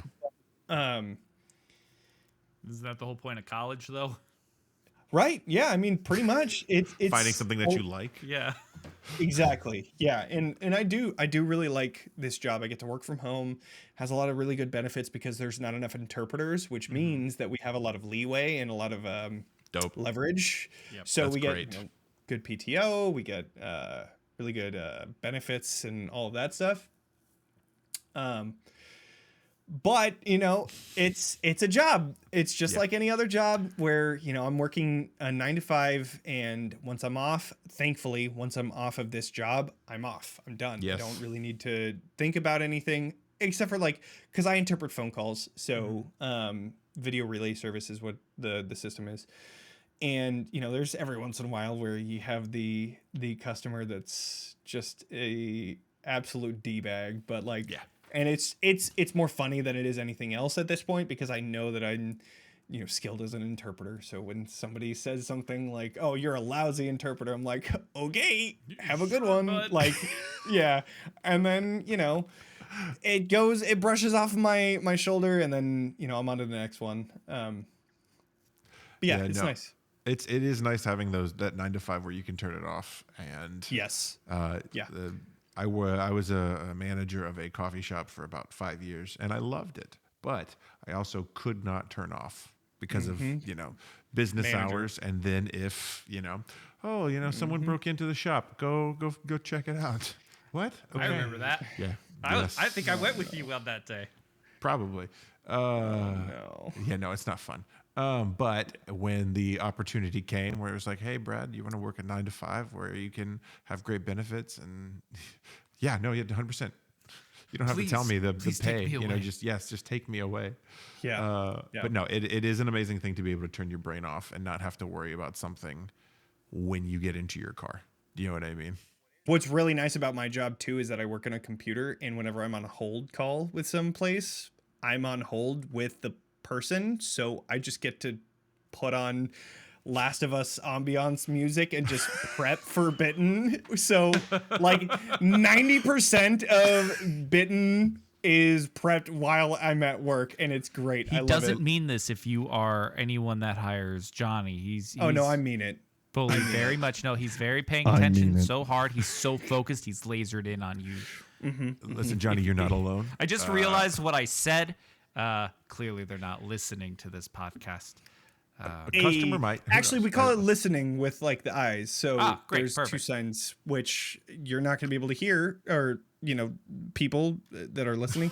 But listening is like an open C hand that you put the thumb wherever you're listening from. So if you're listening from your ears, you're putting your thumb on your ear. But when you're listening through ASL, and if you're deaf, you're putting your thumb right under your eye as if you're listening with your eyes. So yeah, I they just have learned their something, own and I feel great. idioms and things like that. Yeah. So they do listen. It's just with their eyes. Right. Perfect. You were going to say something, I Lars. was We gonna talked say at the same something. time. I was going to segue into a different question, and then then I got distracted. So that segue's kind of dead. But I'll try to revive it. Brad, if you could just say something about Something. God damn you. You know what? Fine. You know, it's a good way to relax, everyone. Baldur's Gate 3. Oh, Love it. You know who wishes they could play any fictional character in a campaign from any world, and who would it be and why? I think it's Jonny, and I think it is his Tav from Baldur's Gate 3. Jonny, why don't you tell us a little bit about your Tav from Baldur's Gate 3? Man. All right, so I have a few different ones. of course, everyone does. Of course, right? everyone does. I Right. only have one. The first one I made was a tiefling. How dare you? The first one I made was a tiefling druid. Beat the game with that one first on a tactician, obviously. Great. Loved it so much. I had a glitch in that first game where you can romance both Karlach and Lae'zel at the same time, and it didn't interact. What? So I was like, Wow. yeah, it was great. It was a glitch that happened where both of them came in the same night to you at Act 2. Yeah, they did. Act 2, they both came to you in the same night, and so once that was done, it was just they were both locked in on the relationship, and you could just Love it. do the whole romance 9 yards all the way through. Yeah. Right, exactly. So I was able to get both of those romances on the first playthrough, which was great. And then I finished the game with that. Then I did my honor mode run with my Oath of Devotion Paladin. How hard was that? Because I tried Paladin and I did nothing, and they're like, "You broke your oath." Yeah, it's difficult when you're Dark Urge as well. So I did Dark Urge, and so it was a lot of fun. There was one time where I broke it accidentally, and so I was like, okay, I'm just gonna go pay the Oathbreaker guy and just act like I didn't do it, like whatever. Then there was another time where I played as Astarion, and I was in the other room. And Astarion, of course, I was going to go steal from the Zentarum that are in Moonrise Tower. Right, yep. So I go and steal from them. They catch me somehow. Whoopsie. And then they go looking and they find my paladin. And then somehow my oath is broken. Don't know how that happened. So I have a theory, because I was playing online with friends as a paladin, and we got as far as freeing Lae'zel from the cage. And then they were like, "You broke your oath." And I'm like, this game's kind of racist against Yankee, clearly, if I broke my oath doing that. But then I figured it out. You are beholden to your party's actions. Yeah. Because my party just killed those guards without conversation to free her. And I was not even... Yeah, that would do it. I was not even on the map with them. I was at a different section of the map just picking up stuff, and it was just like, "You broke your oath." I was like, should I not go gardening? What is this? Rough. You were in my attendance, God. man. You were there. Apparently, yeah. Yeah. Had no idea that was a thing. Yeah, so I'm pretty sure that's what it is. It's that your Yeah. actions of the party you are beholden to. Yep, that makes sense. But outside of those two, didn't break the oath again. So the accidental thing, I think I threw a bomb and it accidentally killed somebody or something like that. I can't remember what it was. Yeah. It was something that was like, I want to say that it was like an unavoidable thing too. Like they were stuck or something like that, and I had to do something. Yeah. I can't remember exactly what it was, but I remember being like, that didn't happen in my eyes. That didn't count, whatever. And then the second one, I was like, all right, it did happen, but like that was kind of bullshit. So, Right. But outside of that, it was just those two. Have you ever done any of the background games, like Astarion being the main character, or I Daggerheart haven't, being the main no. character? I think I'm gonna do I've that heard those are next. really interesting though. Yeah. Because I feel like, from what I've heard from other people, is that if Tav didn't exist, Will would be the main character of the story. Oh, interesting. Well, and if you think can about see it, that. through all three acts, he has a prominent thing in each act of the game. True. He's the only one. Very true. Like Karlach's kind of peters off after Act 2. Mm-hmm. At least in my run, it did. To be fair, I've made a lot of mistakes and lost a lot of players. Whoops. Hey, that's just D&D though. Yeah, exactly. Hey. Which, to circle quickly back to something you said that I loved, and I would, when you're like, you only get one use of resurrection. I think that should be across the board a rule because of how powerful it is, and then that still keeps consequences alive. D&D is, once you get to a certain level, you never die. You never die. And it's like deserved in a certain way because, you know, you get to level 10 and that's like a long campaign. But at the same time, there's no, like, if you're a mechanics minded person and you're into a game and you're like, okay, well, I could just revivify anybody that goes down. If I just cast Globe of Invulnerability on myself, I could just bring anybody back whenever they're ready. Oh wait, no, Globe of Invulnerability works different than it does in D&D in Baldur's Gate. Globe of Invulnerability just means that spells can affect you of a certain level or higher, or a certain level and lower. Anyways, regardless, wall force, you make a fucking bubble and nobody can hit you, and you're like, oh, I'm just gonna go revivify this person. You can't really create tension unless it's I'll say it. putting It's an NPC boring. in danger. Higher It levels is. to me I are agree. so It is boring. boring because It is you boring. are untouchable. Some people love it, but for me, I am way more into role playing, and I need tension. I need the drama, and the only way to do that really is at the lower levels because you don't have Yeah. Revivify yet. Yep. Yeah. Level I mean- 3. I love level 3. That's where Same. that's the only place that you can start in D&D. Unless you're World Beyond Numbers, and then that's a different story for a different time. Which I just finished. That's why I haven't listened to Bitten, is because I finished World Beyond Numbers, and it is the Shame, best shame, thing that's Brad. out. Shame, I know shame. it's the best thing that there is out there. No offense. We produce a Yep. podcast None too, taken. so Johnny, you know what be I mean. offended. None taken. You're our guest, and he's shit talking you. It's No. insane. How dare. I know. dare. How dare indeed. It's such an amazing thing that they did 54 episodes to get to level 5 Yep. in D&D. It's ridiculous. Yep. And meanwhile, me being 10 get asked every session by my players, hey, did we level up? Like, no! Not yet! That is Davis, why I we're love. looking at you. That's why I love Milestone over XP. Yes. Because do. it's very easily you can just be like, you will level up when I tell you. You level up, you little motherfuckers. You could keep asking me, but the answer is always going to be no. Yep. And interestingly, Daggerheart only has Milestone. They don't have XP in Good. Thank Daggerheart.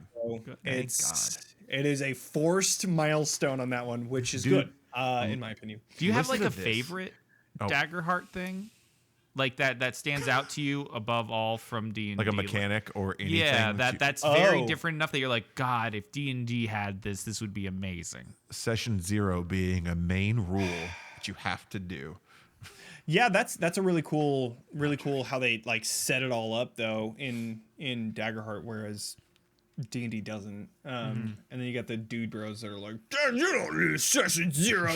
It's fucking stupid. Anyways, I think I'm assuming his I name is think- Dave. He sounds like a Dave. Dave fucking Fuck you, Dave. Fucking Dave. To all Daves out there, I sincerely apologize. Unless you're a little bitch. In which case, except for that one. that Dave right there. You know who you are. Dave. Daggerheart does a really cool way to do death moves. Yes. Yes. Speaking yes, of yes. like death being the ultimatum, death moves are really cool because it gives your character a choice when it gets to that point. Whereas in D&D, it's like, okay, you're unconscious, great. Your turns, you don't have any. That's it. Roll, But in and if you're this, lucky, it's- you'll you pop can- up. Right, exactly. This, they have risk it all, which roll it, and if you're lucky, you'll pop up. or you'll fucking die. Like, it's amazing. I love that. One that's automatic crit on something, so going out in a blaze of glory is so cool. And we had that happen in a one shot that I ran, which was just incredible because it created such a cool moment for that character to then save the rest of the players or the PCs to get out of the situation. It was sick. It was so cool. And I guarantee that player is going to think about that for the rest of their life. Like this one time where I was able to fight off the rest of the horde so that my friends could get out. Like that was amazing. That's those are literal dream moments sometimes. Exactly. Like, not to bring it back to Game of Thrones, but you're Hodor. And you're just holding the door. Right, exactly. Yeah. Yeah, and Daggerheart has it baked into the system. Like, you can do that. You can make that strength check at a crit and make I like sure that it gives you the choice. It was like, if you're like, you know what? This character has come to a good end. This is a good... I like that this could be the ending for their story. And then you can start another story with someone new. Exactly. Yeah. Which... There is that last one, which is avoid death. The one thing that I will say about this is I wish that they had a rule about when you go unconscious in a dangerous position. I wish that they had rules like death saves or if an opponent attacks you and what happens then. Because in the beta rules, it was you go unconscious and you are still a target. You can still be targeted by adversaries. But in the main rules now, it's you avoid death, you go unconscious, you cannot be targeted at all ever. So I don't really like... Daggerheart is still very open-ended and it's go with the story. So that's why when I hear... you cannot be targeted, it kind of strikes me as odd and different from the rest of all the rules of follow the narrative. Because in my world, filled with zombies looking for flesh to bite into, guess what? If you go unconscious, you are going to be targeted. And that's the story that I like to tell. And our party, we've already come up with rules of like making a countdown, and once that countdown triggers, then I can do an attack. And if I do an attack, I would have to spend a fear. And if I do that, then it's like you're dead kind of thing. So there's like a lot of like different, kind of like a death save where like you can do a bunch of things in order to save them. But if you can't and if you don't, that is bad for everyone. I wonder if I think that is the one thing that I would change. That makes a lot of sense because I wonder if it got put in because hearing it, just us talking about it, I'd be like, no one's gonna fucking choose this option if you can get attacked afterwards. No, it's just no one's gonna choose it. Everyone will go out in a blaze of glory or they'll risk it all. Yeah. There is no third option there. So I guess that's probably why they did it. But I agree, it is kind of a cop out. Because here's my question: what if your whole party goes down? And you all choose avoid death. Exactly, but there's no rules in it. So I wish that they just had like alternate rules if they decided to go in that route. Like in my case, you create a countdown. Okay, you know that you've avoided death for at least 4 actions. Great. Now it's up to the rest of the party to save you because that is a very real thing that would happen. I actually really like that. I like this countdown idea. You've avoided death. Great. Yeah, I love the countdown mechanics. I should. I mean, just hey, Spencer Stark, yo. It's remember me, your boy, Jonny. I was on your YouTube channel. Yeah. Just a couple days ago. I got an idea. Yeah. Hey, so let me ask. Yes. I was just going to ask, how did that come about? Because I know the Darrington Press featured you on their email newsletter and like their main website, right? Yeah. Was that just out of the blue? Like you had no idea that was happening, or no? That was something that I was talking to them for a while about. We were trying to get the first season sponsored, but with everything that was going on with Daggerheart, it just didn't work out. Of course. They were super busy. They had a lot of fires to put out. Obviously, because this release was way bigger than Candela was, and it was a lot more successful than that launch. Yeah. So they couldn't do anything at that time. I had pitched this idea back in PAX U last year, and they were like, yeah, that sounds great. Email me. And we had been emailing until a point, and then it stopped because they were busy and they couldn't do anything. It happens. So it's like, all right, great. Enter Gen Con at the end of towards the end of season 1. I go and talk to them again because they had a Darrington Press booth, and I talked to the same person that I had talked to, and I was like, hey, Bitten's going incredible. Like, Yeah. way better than I could have ever expected. Do you guys want to do this now? And they were like, yes, we're so sorry about how things happened. Things, yada, yada, yada, scheduling and fires and all of that. And I was like, absolutely no problem at all. I would love to just be able to like have an episode on the channel, or even like the newsletter thing would be great. And so that's what ended up happening is we kind of just chatted for a few months talking about making clips, which there's clips on their Instagram and TikTok and all that stuff. And then the one shot that we were able to do, which was supposed to be it was supposed to be like a panel about Daggerheart with horror, but people's schedules. And so I was like, hey, what if we ran a one shot? And they were like, that's a wonderful idea. So we ended up doing that. And then, I mean, it's just been a constant, back and forth in emails, and it's crazy. Insane. Absolutely insane. Sometimes you just got to ask. That's pretty much the motto. Honestly, I think that's what I've found out a lot with the people that we've talked to, just about everything that they do. And, we talked about success earlier and how that just it just happens out of the blue if you just keep trying and doing and putting yourself out there. I'm going to keep on talking about M because M's like my mentor to an extent. Faye, met Angelique Bamani, right? And they became really good friends.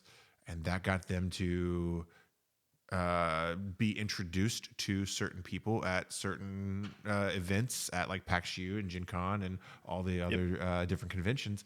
And we're able to have Brennan Lee Mulligan and Ambria and Matt and so many other amazing people on their podcast just to guest star. Do you know what I mean? Yep. And it's just the fact of like literally just going up to somebody and asking, just like you were saying. You know what I mean? And that's something that I talk a lot about in our community is that it's such an open place in compared to a lot of other communities. Like you look at filmmaking or acting or music or anything like that, everything is so far out. But in the TTRPG community, it feels like you're 1 to 2 to 3 steps away from whoever may be the best person, or not the best, but the most notable person in that field. Exactly. Yeah. You know what I mean? Person you look up to. It's just a very interesting thing. It's like you can literally talk to any person, and majority I think our community is very much like a wild west meets like just like a very loving, and don't get me wrong, there are people in our community that are awful, but I think it's such a big independent sense. Like there's not a lot of big money behind anything that is causing a lot of people to do things for the negative reason, right? Money is one thing, sure. But at the same time, I feel like a lot of people are just they just want consistency. They want to be able to tell a story with their friends. They want to be able to make art. And I think because our community is so supportive that they're able to, Yeah. Yeah. So, I mean, I see that like with you guys. You know what I mean? I mean, look, our tagline for our podcast from season 1 is 5 best friends who said fuck it and pressed record. And one feedback we once got was someone looking at us and be like, isn't that every D&D podcast? And we were just like, True. Oh, I mean, I guess it kind of is. You look at Critical Role.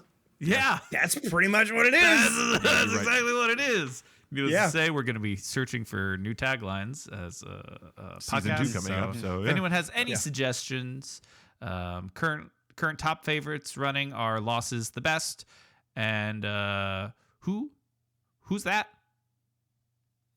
That's it. Yep. I'm sorry. Welcome to So You Want to Be a Hero. Who's that? Is that it? Was that No, that it's it? more like, welcome to So You Want to Be a Hero. Who? Oh. Who's that? I'm with it. I'm with you now. Sorry. Well, But it's got to fortunately, be I don't- somebody else. It's got to Yeah, be. it's gonna be my somebody old else neighbor saying, next door, and he's just like, "Huh? Who? Huh? He's talking to me. Do you Who's that? want what? Ah, I pooed myself." It's because we scared Oh him. no. Yeah, Oh man. it happens. Got to watch out for that. Gotta watch out for that. You got to. My daughter does come up to me from time to time and say, "Dad, I'm sorry you pooped your pants." And I didn't, but That's what you think. It's a maybe magic she knows trick. something- Check your maybe pants. She knows something that I don't know. I cast poop your pants. I cast brown note. Johnny, what? You so I was on Daniel's stream when he was talking about the Blood Hunter class, and you had popped up, and you guys were Yep. chatting about the Yeah. thing. Let me ask you, what are some of your favorite classes in Daggerheart? Because I have a feeling that you know a lot about the game. And you can include stuff Yeah, from the yeah. void. Yeah. Yeah. Favorite? Just some that you like. You don't have to have a Sure. I know, man. The assassin is so cool. It's so Yeah. cool. The assassin is so cool, and I think the dread domain is such a really cool addition to the domains where fear is something that you play with constantly, because like war wizards have that, but not to the degree as the dread domain, where it's like you deal more damage when you roll with fear. So it's like actively trying to make you roll with fear, which is great. Ooh, that's how you get your necromancer. You get a wizard with the dread Codex with dread. codex. Yeah. Yeah. There's so many like applications of putting other domains together. Like Oh, for sure. I'm sure that they're going to come up with like an artificer at some point, but Yeah. I'm thinking of like an innovation in Splendor or something like that. Like they makes come up sense. with like an innovation thing where you create something by spending a hope and yada yada yada. Anyways, I trying to remember all of them without looking, but I think impressive. Dude, Blood Hunter is really, really cool. I think that there's some tweaks that need to happen. Which, I mean, the assassin was the same thing. It needed a lot of tweaks. I really like the warrior. Yeah. The warrior is pretty sweet when you have blood and bone, or blade and bone. I think blade and bone. Is the warrior? Which one's the? Okay, so there's the barbarian type one, right? That's the warrior. That's I the think, warrior. is Okay, what and you're then thinking. and Yeah. then what's the like the sword and board one, the fighter esque Guardian. Guardian. Yeah. Okay. Yeah. I played the Guardian Guardian is in very the one much like shot, the- and it was yeah. fun. I mean, it was Yeah. it was fun, but it wasn't. I was torn between the Seraph and the Guardian. I usually play healers in anything that I play. That's who I am. So I Which was you like, could be a wizard for that because True. they have splendor. It's really interesting. very interesting. Yeah. Sorry, no, but continue. So you like the warrior? Yeah, I think the warrior is probably where I would sit. I'm always a wizard though, and I really like the Codex domain. It's super cool. But like, I don't know, Bard. I don't really. No, wait, no. Bard is Grace. Grace and Codex. Yeah, that's Okay. what they are. I've never really been a Bard person for some reason. It's never. I get struck that. out. That's losses. That's losses my, go to. Well, yeah, but Yeah. I'm also an actor and a singer and not If a you couldn't rapper, tell. as we have learned. Oh, no, you're a great rapper, Lost. You're a great rapper. Scooby Dooby Doo. We did a rap battle, 3 rap battles in our last campaign. So yeah, Well, it was Amazing. Yeah, the way the first one started was like it was in episode 2, and one of our characters just started a fight, and then we were like, we can settle this another way, and they're like, how? And I went, dance battle, and Brad looked at me and was like, this is an audio format, and I was like, rap battle? He's like, And only then I yes if you'll and it. actually do it. It's like, we're not rolling for it. We're not rolling for it. You No. have That to is do it. amazing. Actually, yeah. And then And we Brad did. That's handed one of- my ass to me on the second one because he prepared a damn. song and it was so good. I wrote a diss track, like literally. He's gonna release it at some point. I told him to release it on Amazing. YouTube. just I'm gonna just to. put it. Yeah. That's amazing. I would feel so special as a player if my GM wrote a fucking diss track about my character. God, that's Yeah. goals right there. Oh, that's so good. It was. One of the interesting things that I pointed out, like totally off That's okay. random point, but one of the interesting things that I saw in like just a video about TTRPGs was that persuasion, deception roles are different from every other role that you make because you do it first and then you roll after. So like athletics, when you're jumping over a thing, you roll to see if you do it. Yeah. Stealthing, you roll to see if you stealth well. Perception, you roll to see if you see it. You see, yeah, or notice. Yeah. But persuasion and deception is always based on the other person. right. Or no, sorry, not the other person. It's always based on doing it first and then seeing how the other person receives it, That's interesting. which is so interesting to me. Yeah. I will say in our game, we have had moments where we have decided to roll first Yeah. before we because that'll like dictate the persuade, which is really hard to do. But it's really fun when it's like a nat one. It's like I want to persuade. Well, we'll make a roll. Natural one. You suck. Do this for me. Yeah. Yeah. It's one of the rules that I typically do is I will go until the very end of this conversation and I will decide as the GM if I think that this is a good I think that's a great idea. and that then too. if there is a point where I'm like, I don't know. This is a good point to do a persuasion check because this is the either or side. This is the fate of the dice. Yeah, because Where it's not like, give me everything and then I'll decide. It's talk to me. Okay, great. And now we've gotten to a point where I need a check. because those are the only roles that are truly role play based. Yes. Everything else is action based. I mean, religion. I'm kidding. Sorry. I mean, Well, yes, but you're there not. is an argument that could happen for religion. Yeah, because I think it you're- depends you're- on the scenario. But even then, if you're talking religion, at the end of the day, it's still a persuasion. You're right. You're right. You know what? You're right. I know. But I'm it's amazing. funny It that It could you be a bring that religion up. charisma check. Now that. We're onto something. We're onto Have something. you guys heard of an old TV show called The Singing Nun? No. Boom. Part bard, bard? part cleric. It was Johnny, a it's- Sally Field special. What do you mean you haven't heard of it, Brad? I haven't heard about it.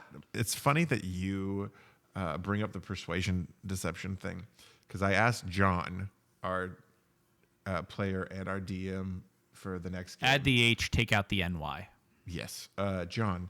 I said, do you want me to ask Johnny anything? Because he's GMing Daggerheart, right? And he said, ask him a few questions things he does in the system that maybe aren't straight out of the rules, but are just something that you think is cool. But the next one was kind of like when Abria says, roll deception or persuasion, but don't tell me which. It's not in the rules, but it's a cool alternative way of doing that. And I thought that was interesting that you brought up persuasion and deception. And I was going to ask for John, do you have anything like an alternative for persuasion and deception in Daggerheart? Or do you just do it as it is? It's you know what I mean? it's gonna be a presence role, but I run it the way that I was talking about, where it's like Okay. I want to talk to you as a person. What are you telling me as a person to get me to convince me to support you or to do something? Like why would this make sense to my character? You need to tell me. Now there are things where like in terms of accessibility, maybe sometimes you just go with a role. Like if your player is like, I can't think on the spot, but I want to be a bard. I want to have that idea of my character. And you're like, okay, cool. that's when you just change the rules and you just let them roll, and then you figure it out as you go. But when it's in the AP where I know that my players have the capability and I love to see it, I will absolutely run it that way, where it's like, okay, convince me, great, that makes sense, I'm gonna go ahead and do that. Yeah. Or it's, I don't know, let's see what happens with this presence roll. In terms of like changing rules, I can't think of anything off the top of my head, but also there's not a whole bunch of rules to begin with. Like there's the base, and then everything on top of that is just what fits in the moment. I mean, the only thing that I would say that I do differently would be the avoid death, which we've already covered. Fate rolls. It's in the book. It's an optional roll, but there are rolls where you want to have like a PC versus a PC, and you're not going to roll both 2d6s. You're just going to do 1d6 or not d6, d12s. You roll 1d12, and then whoever gets the highest result, that's the person that wins in this situation. Or it's the same idea as, I don't know if this happens, roll a d20. And, you roll d20. If it's high, then great, it happens. If it's low, then it doesn't happen, yada, yada, yada. That's what the fate roll is. I really like those. I really like adding those into the game, because it's just like, fuck it. Who knows? Let's go. Yeah, exactly. I think that's pretty spot on. Guys, I think.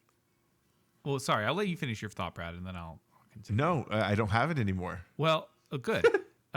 Because it's almost been 2 hours we've been talking about this. Yes. And I feel like we're starting to delve into repetition territory. Maybe. So I wanted to go ahead. Play Dice Breakers. No, I was actually. Let's boot it up again. I had forgotten all about it, Brad. You reminded me. I've been sitting here the whole 2 hours. Just waiting. Meanwhile, I just made a football trade in my fantasy team that I'm really happy about. So that's how much I forgot about playing Dice Breakers. Oh my God, Lost. What? That I'm awesome. We're having a conversation with our good friend Jonny. Yeah, and I had to get rid of. Usually I'm on your side. I had to get a tight end. You know what? That is a good trade. I'm not gonna lie. I know. Sorry, Jonny. We're in the same league. No offense. No, that's a great trade. But I had to make a move fast. Hey, it sounds like it was a good move, so It was. You know what? I'm a multitasker, and for that, we get Now celebration. here comes our favorite part of this bitchin' episode. You know that the show will start once we answer Brad's question. It's Dice Breakers. Here we go, it's awful nice. It's Dice Breakers. Rolling numbers Johnny, is I'm our sorry, vice. man. It's Dice Breakers. I shouldn't have said Roll the lowest anything. now. It's Dice Breakers. Roll the D20s, and then we'll roll, and we will hear it, and hear the questions. Now it is time for Dice Breakers. Yes, it is Dice Breakers. Hey, did you hear? Now it is time for person dice breakers. Yes, it's Dice Breakers, and now it's Dice Breakers. So listen up, now roll the dice. What, you wanted to hear that again? All right, Johnny. Oh, no, I messed up. All right, we're not playing it again. I don't know what I did. God. Thank God. Whoopsie. Hold on. Let me see. What can I do? As just the host, I erases should the be able to last stop 5 him. minutes. Just stop being able to shit. Done. It has to be. I don't know Riverside well enough to be able to do that. Do you know what I mean? Riverside is an enigma. It is. We It's don't great, have a theme but song it's to also- hot takes. We don't at have all. a theme song to hot takes. So that's why there we it played is. Dice Breakers again. Because Yeah. Brad reminded No, me to. we just played it. Yeah, that's what I said. So- Wait, did I not say that? I thought you were about to play it again No, you said it. You're right. for the Thank you, fourth Johnny. time, and I was going to go insane. Yeah, well, that is true. Johnny, Hot take. loss. Yeah. I think we Brad. need more dice breakers. That's what I'm saying. You know what? That is a great fucking hot take, my guy. That is a great hot take. Now here comes our favorite part of this bitchin' episode. You know that the show will start once we answer Brad's question. It's Dice Breakers. Here we go, it's awful nice. How do I take my headphones off and I still Rolling can numbers hear is our it? vice. It's Dice Breakers. Who will roll Can't the escape lowest the now? dice It's breakers. Dice Breakers. Roll the D20s and then we'll roll the D100 and we will hear the questions asked. Now it is time for Dice Breakers. Hey, now it's Dice Breakers. Hey, did you hear? Now it's time to break some dice breakers. Hey, it's Dice Breakers. And now it's Dice Breakers. So listen up, now roll the dice. All right. Thanks for your hot take, Johnny. That was a good. That was worth it. I disagree wholeheartedly. Okay. Oh my God, that brought me so much joy. And in the end, that's the point. Yeah, that is. Honestly, best hot takes we've ever done. Listen. I have a legit hot bring the take. heat. I have a legit hot take. Okay. Okay. I think a party should be split more often. Ooh, Interesting. that is an interesting hot take. So the reason why, okay, this is me. This is just me. I think splitting the party allows you to have certain players have certain moments that they might not normally have. That's one thing. I also think as a game master, you can work to creating your world a little bit more, or have certain lore dumps here and there, and have two parties do certain things at certain times, and kind of be able to spread more information easier. But those are my two main things, because I've been in parties before where people take control, right? And that's just how it is. Do you know what I mean? I get it completely. But I've been in parties where that happens, and I would have loved to have been able to do, and that's me. I should have stepped up. I should have done something. But at the same time, there's the people pleaser in me, millennial guilt, as we call it. So many stories very similar, so I feel you. Yes.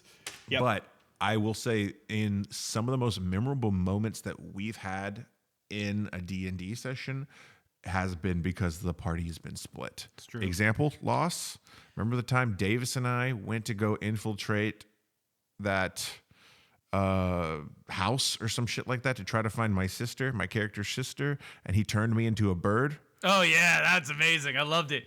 He was like, I can turn you to a bird, and he got the polymorphed polymorph me. spell wrong because he thought Brad would keep their brain, and all he did was just turn them into a regular bird. And so Brad just flew away. And it caused for an amazing scene where we're running through this house trying to catch a bird while also not being caught ourselves.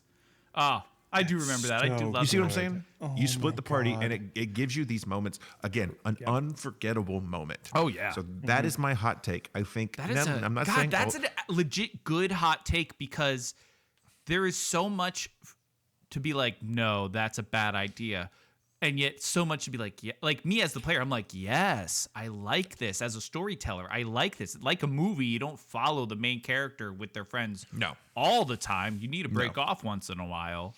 I will say this, though. If you're going to split the party, adjust your combat accordingly. Like, if you have a party of 4 level 5s and you split them off, don't make it a combat for 4 level 5s with 2 level 5s. Do you know what I mean? Yeah, it'll be fine. Yeah, no, definitely, like keeping combat encounters the same just because they split the party. Yes, is such a garbage GM move. Like, don't ever do that. No. It's not what you're. It's not going to be what you think it's going to be. It's just going to be frustrating and annoying, and your players are not going to have fun. See, I'm torn with that too, right? That's also a good hot take, because, you could call it punishing the player, but also it's the consequences of your actions.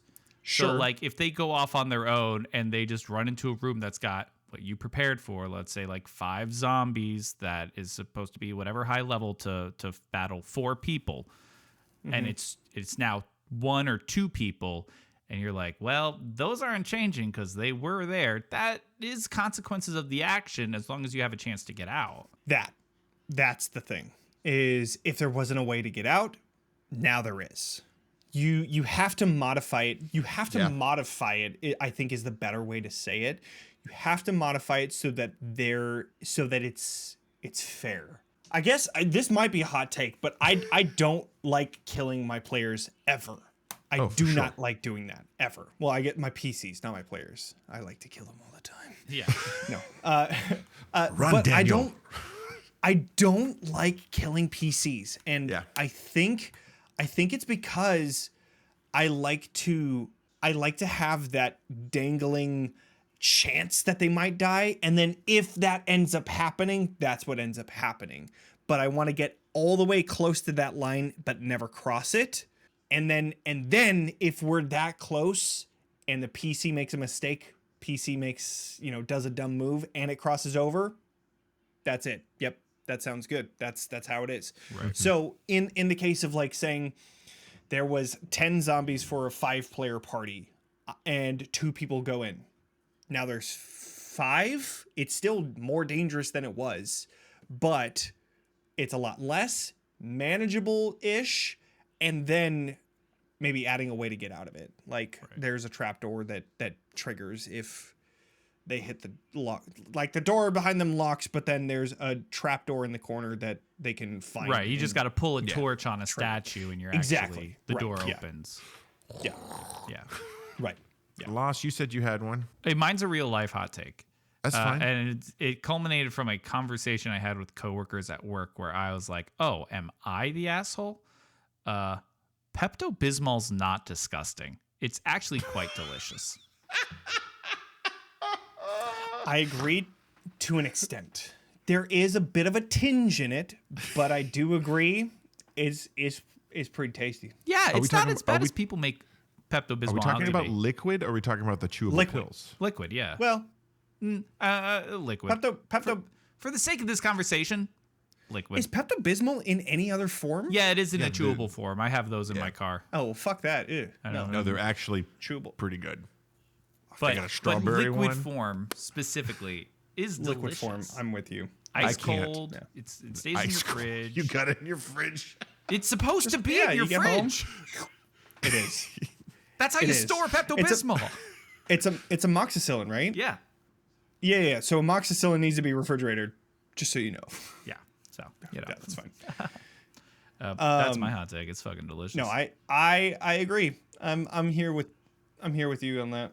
That's, I can't that's a loss. good I hot can't take. agree. Johnny, I can't agree because I don't know. Dude, my two So- coworkers were like, they're like, you couldn't be further from the truth on this. And I was like, you guys are both so wrong. I also used to drink strawberry milk as a kid, and it was delicious. And people would always be like, "Ugh, you're drinking Pepto-Bismol." I'm like, motherfuckers, have you tried strawberry milk? Either way, doesn't matter. Either way, I'm happy and my stomach's happy.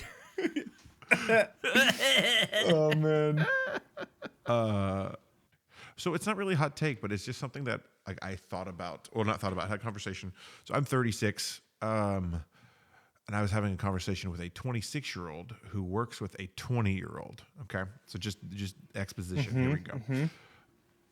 The 26-year-old or 25-year-old was talking to the 20-year-old coworker that they had, and how that they're completely cooked. Right? They were like, life is as bad as it could ever be. There's no way looking up for me as a 20-year-old. And, the 36-year-old in me is like, shut the fuck up. You know what I mean? But then they got to explaining their situation a little bit more. And this is, again, a story to a person, right? They were like, they grew up, like, think about this. 5 years ago when they were 15 was COVID, right? 9 years ago, when they were 11, Trump was elected for the first time.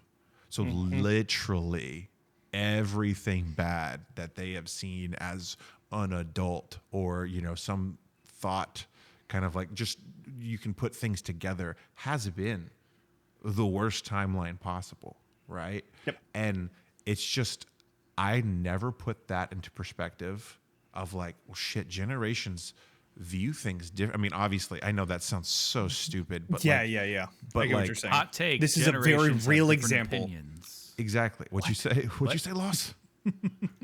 No, but it was just a real strange thing to think about, of just like, oh shit, like, the worst thing that we experienced in my generation was, 9/11, the housing crisis, but there was some form of hope that would always kind of string its way in, right? And then 2016 and 2020 and 2024. Yeah, what do you think and is better or 2025. worse? Sorry. To have no hope growing up, or to be promised so much hope and then have it dashed in front of your eyes by the recession of 2008 when you graduate college? Yeah. It's a great question. Yeah. Sorry if I downed us, brought us down. No. but Welcome to no. Existential Crisis with Brad Silman. It happens every episode, so. I think it's also an interesting point to know that our brain chemicals are also a thing that just, if you don't have a certain amount of a thing, your mind might literally think that you are like in the worst case scenario. Like my anxiety, there's been a few times where I'm standing in the middle of like going to a convention of a room full of people that I know, but it's just so much that I feel like my entire body is on fire. And so I understand. And it's very easy to like on the outside of things to be like, come on, really? Yeah. Because we don't know the intricacies of every single person's life. And I've been guilty of this too. I've like my back when I was younger, like my wife's sister might have something going on. I'm like, you're still in high school at that time. You're still in high school. Everything's fine, right? And it's just something where like you're not in those situations, so there's not a whole lot that you can do, and you have your own things that you have, and maybe there's something that does bring you hope in the day, and they don't have something like that, you know. So there's human beings are so complex and yet so simple. Yes. And we are just on a floating fucking rock in the middle of space. Like that, you can zoom out as much as you want and just say that we're all insignificant. Every single day is so unimportant. I think that once you start zooming in is when it starts to get like more understanding, and I think that's what the world needs more of these days, is to just talk to people and to understand who they are, because no, transgender people are not seeking for attention by changing their gender. It's they don't feel like they're in the same fucking body that their mind is in. Like it's just a thing. You just talk to people. It's just travel, talk to people, understand their experiences, and then you'll understand more about the world and people in general. Counterpoint. People suck. Why talk to them? That is true. You know what? Fuck what I said. Fuck everyone. You listening to this now? Fuck you. I'm just kidding. I have figured out my hot take. Okay. He's got it. GMs should fudge rolls. Oh. I think you have an obligation to do fudging rolls. And I think that all GMs should do it. Okay, Brad, you are a GM and you've got a smile on your face. Because I fudge rolls sometimes. Oh, do you? Yeah. Yeah. Oh, okay. Yeah. See, here's the thing. The GM's job is to veil what happened. There is a screen for a reason. If there is a natural 20 that you roll that would completely ruin the story, you fudge that shit. Right. You rolled a nat 1 instead. If this combat isn't going as well as you had hoped, fudge it every once in a while.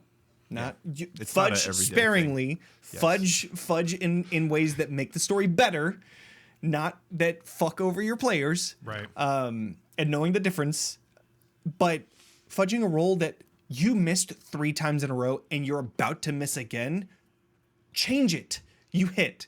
Maybe it's not a crit, but change it so that you hit, because nothing's worse than an encounter of, oh, they didn't do anything.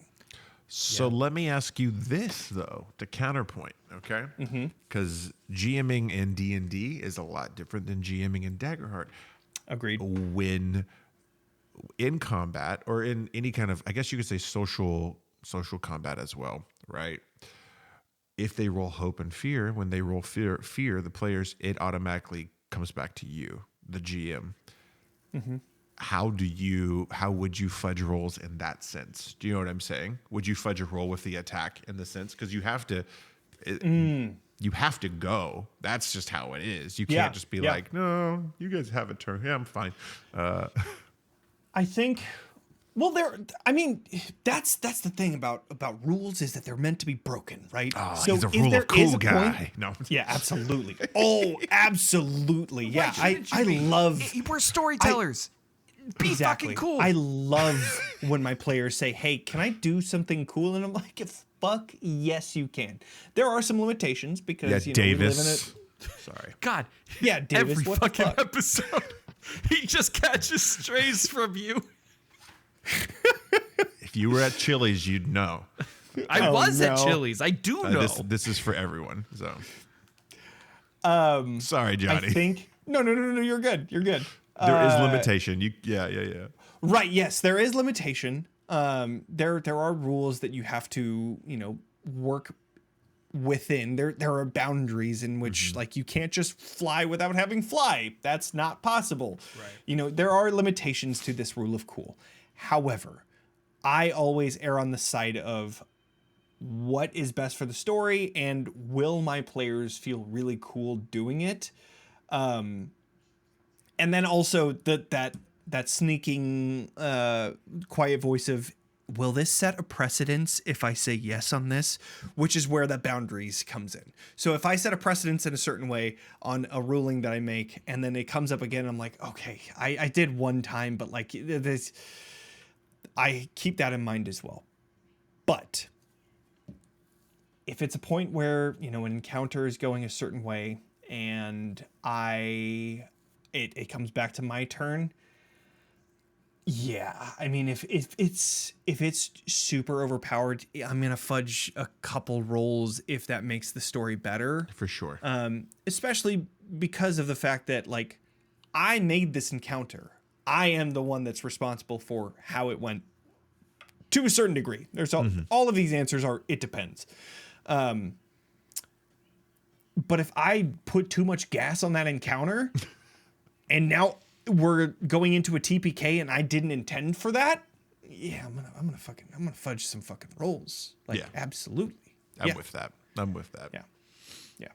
All right. Well, then maybe it wasn't that big of a fucking hot take. Well, no, Actually, I think it is. I think it is I do. like maybe 'Cause not. I thought it not was. with, not with Brad, but there are enough other Sorry. people out there that would anomaly absolutely here. like go hard against you as to why you shouldn't. Yeah. I put it in my video and there's like a bunch of people saying you don't need to fudge rolls in Daggerheart. I was like, you don't understand what I'm saying. Right. That's not what I meant. Yeah. You didn't pick up on it.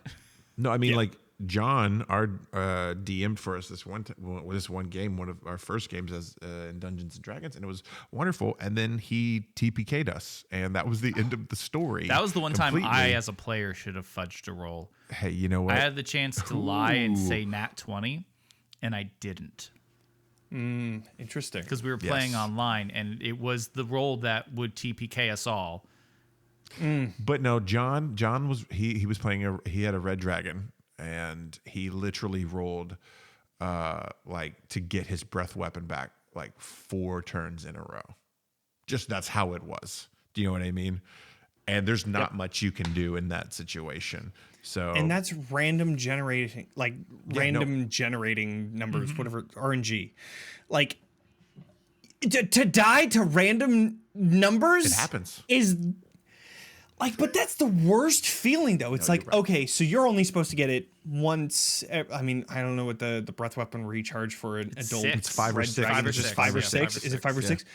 So then you have what is that? 30, 40%? Sure. 40% chance? What are you, Something like that. Davis? You have a 35-ish% chance of 35-ish. getting it. Ish, right? And if that 35% is every single fucking round, that's I would fudge one of those. I just got breath weapon twice in a row. I'm gonna fudge this one. Okay. And then if I don't get it in the next 3, I'm gonna fucking cash in on it. Like I'm gonna actually roll it on this one. Like that's store it for it's the later. balance. Yeah, Exactly. no. Right. Exactly. Sorry, I think that's good though. I mean, like again, like Lost brings up a good point. There are rules lawyers out there that are going to be like, nope, this is the way. This dice tell the story. You know. Honestly, And I think this is one of that's my their favorite. game that they want to play, and that's totally fine. Yeah. And I'm not bugging on anybody for not fudging rolls. I mean, I guess I did because that was like my hot take. But like play the game that you want to make. It was my hot take is that I think that there is a point where fudging rolls will come into play in your game, and I think that you should. But hey, if your players have like a don't go easy on me roll in front of the screen, hey, you know what? More power to you. For sure. And, you know, those make moments as well when you roll in front of the screen. Absolutely. Yes. Yeah. On that note, I'm a sleepy little boy because Yes. it's 11 o'clock here, and I've been up since 6:30. Oh, poor So- guy. Oh, I'm sorry. I know you hold longer hours than I do, but I I'm do. tired. And this was a fantastic conversation. Yes, Johnny, thank you so By much far, for our joining us. longest conversation so far. I want And to you know say. what? No, it that's not a felt- bad thing. We are very No? fluid with our times. Yes, we are. Cool. Like, cool. It's literally anywhere between an hour and when we get tired. Yes. Yeah. Because I can go on and on and on about Daggerheart and all that shit. I can keep going. We could too, but we are tired. Yeah, and that but- just happens, you know. Just I'm a sleepy guy. Fair enough. Johnny, tell us where we can get you. Yeah, I am talking XP on all the socials and all over the interwebs. So if you're interested in Daggerheart, I have a How to Play series on my YouTube Yes, page, and then it's I very also good. have. Thank you, I appreciate it. I put a lot of work into those How to Play videos, so I'm glad they're working for folks. If you want to learn how to do Daggerheart, that's on my YouTube channel, as well as Bitten, which is a zombie apocalypse in a fantasy setting using Daggerheart as its system. It is a incredible AP, and I don't say that a lot about all of my projects, but this one is just incredible. Period. It is just really good. Yeah, I kind of make videos here and there every once in a while. So if you're following me on the socials, then you'll see them. That's pretty much it. Yeah. All right. Well, that is it for us here at Behind the Screen. You can follow both Brad and myself at HeroCast _ATX or ATX_. Nope. Underscore ATX. Underscore. You can catch us at HeroCast _ATX. Been doing this for 3 years, Lost. You've been doing this for 3 years. I sit Fair, by and go, yo. That's right. I am Lost Windell, and we had a very special guest today, Jonny from Talking XP. And with me, as always, is my best friend. Now here comes our favorite Brad. part of this bitchin' episode. God You know damn the it. show will start once we answer Brad's question. It's Dicebreakers. Here we go, it's awful nice. It's Dicebreakers. Rolling numbers is our vice.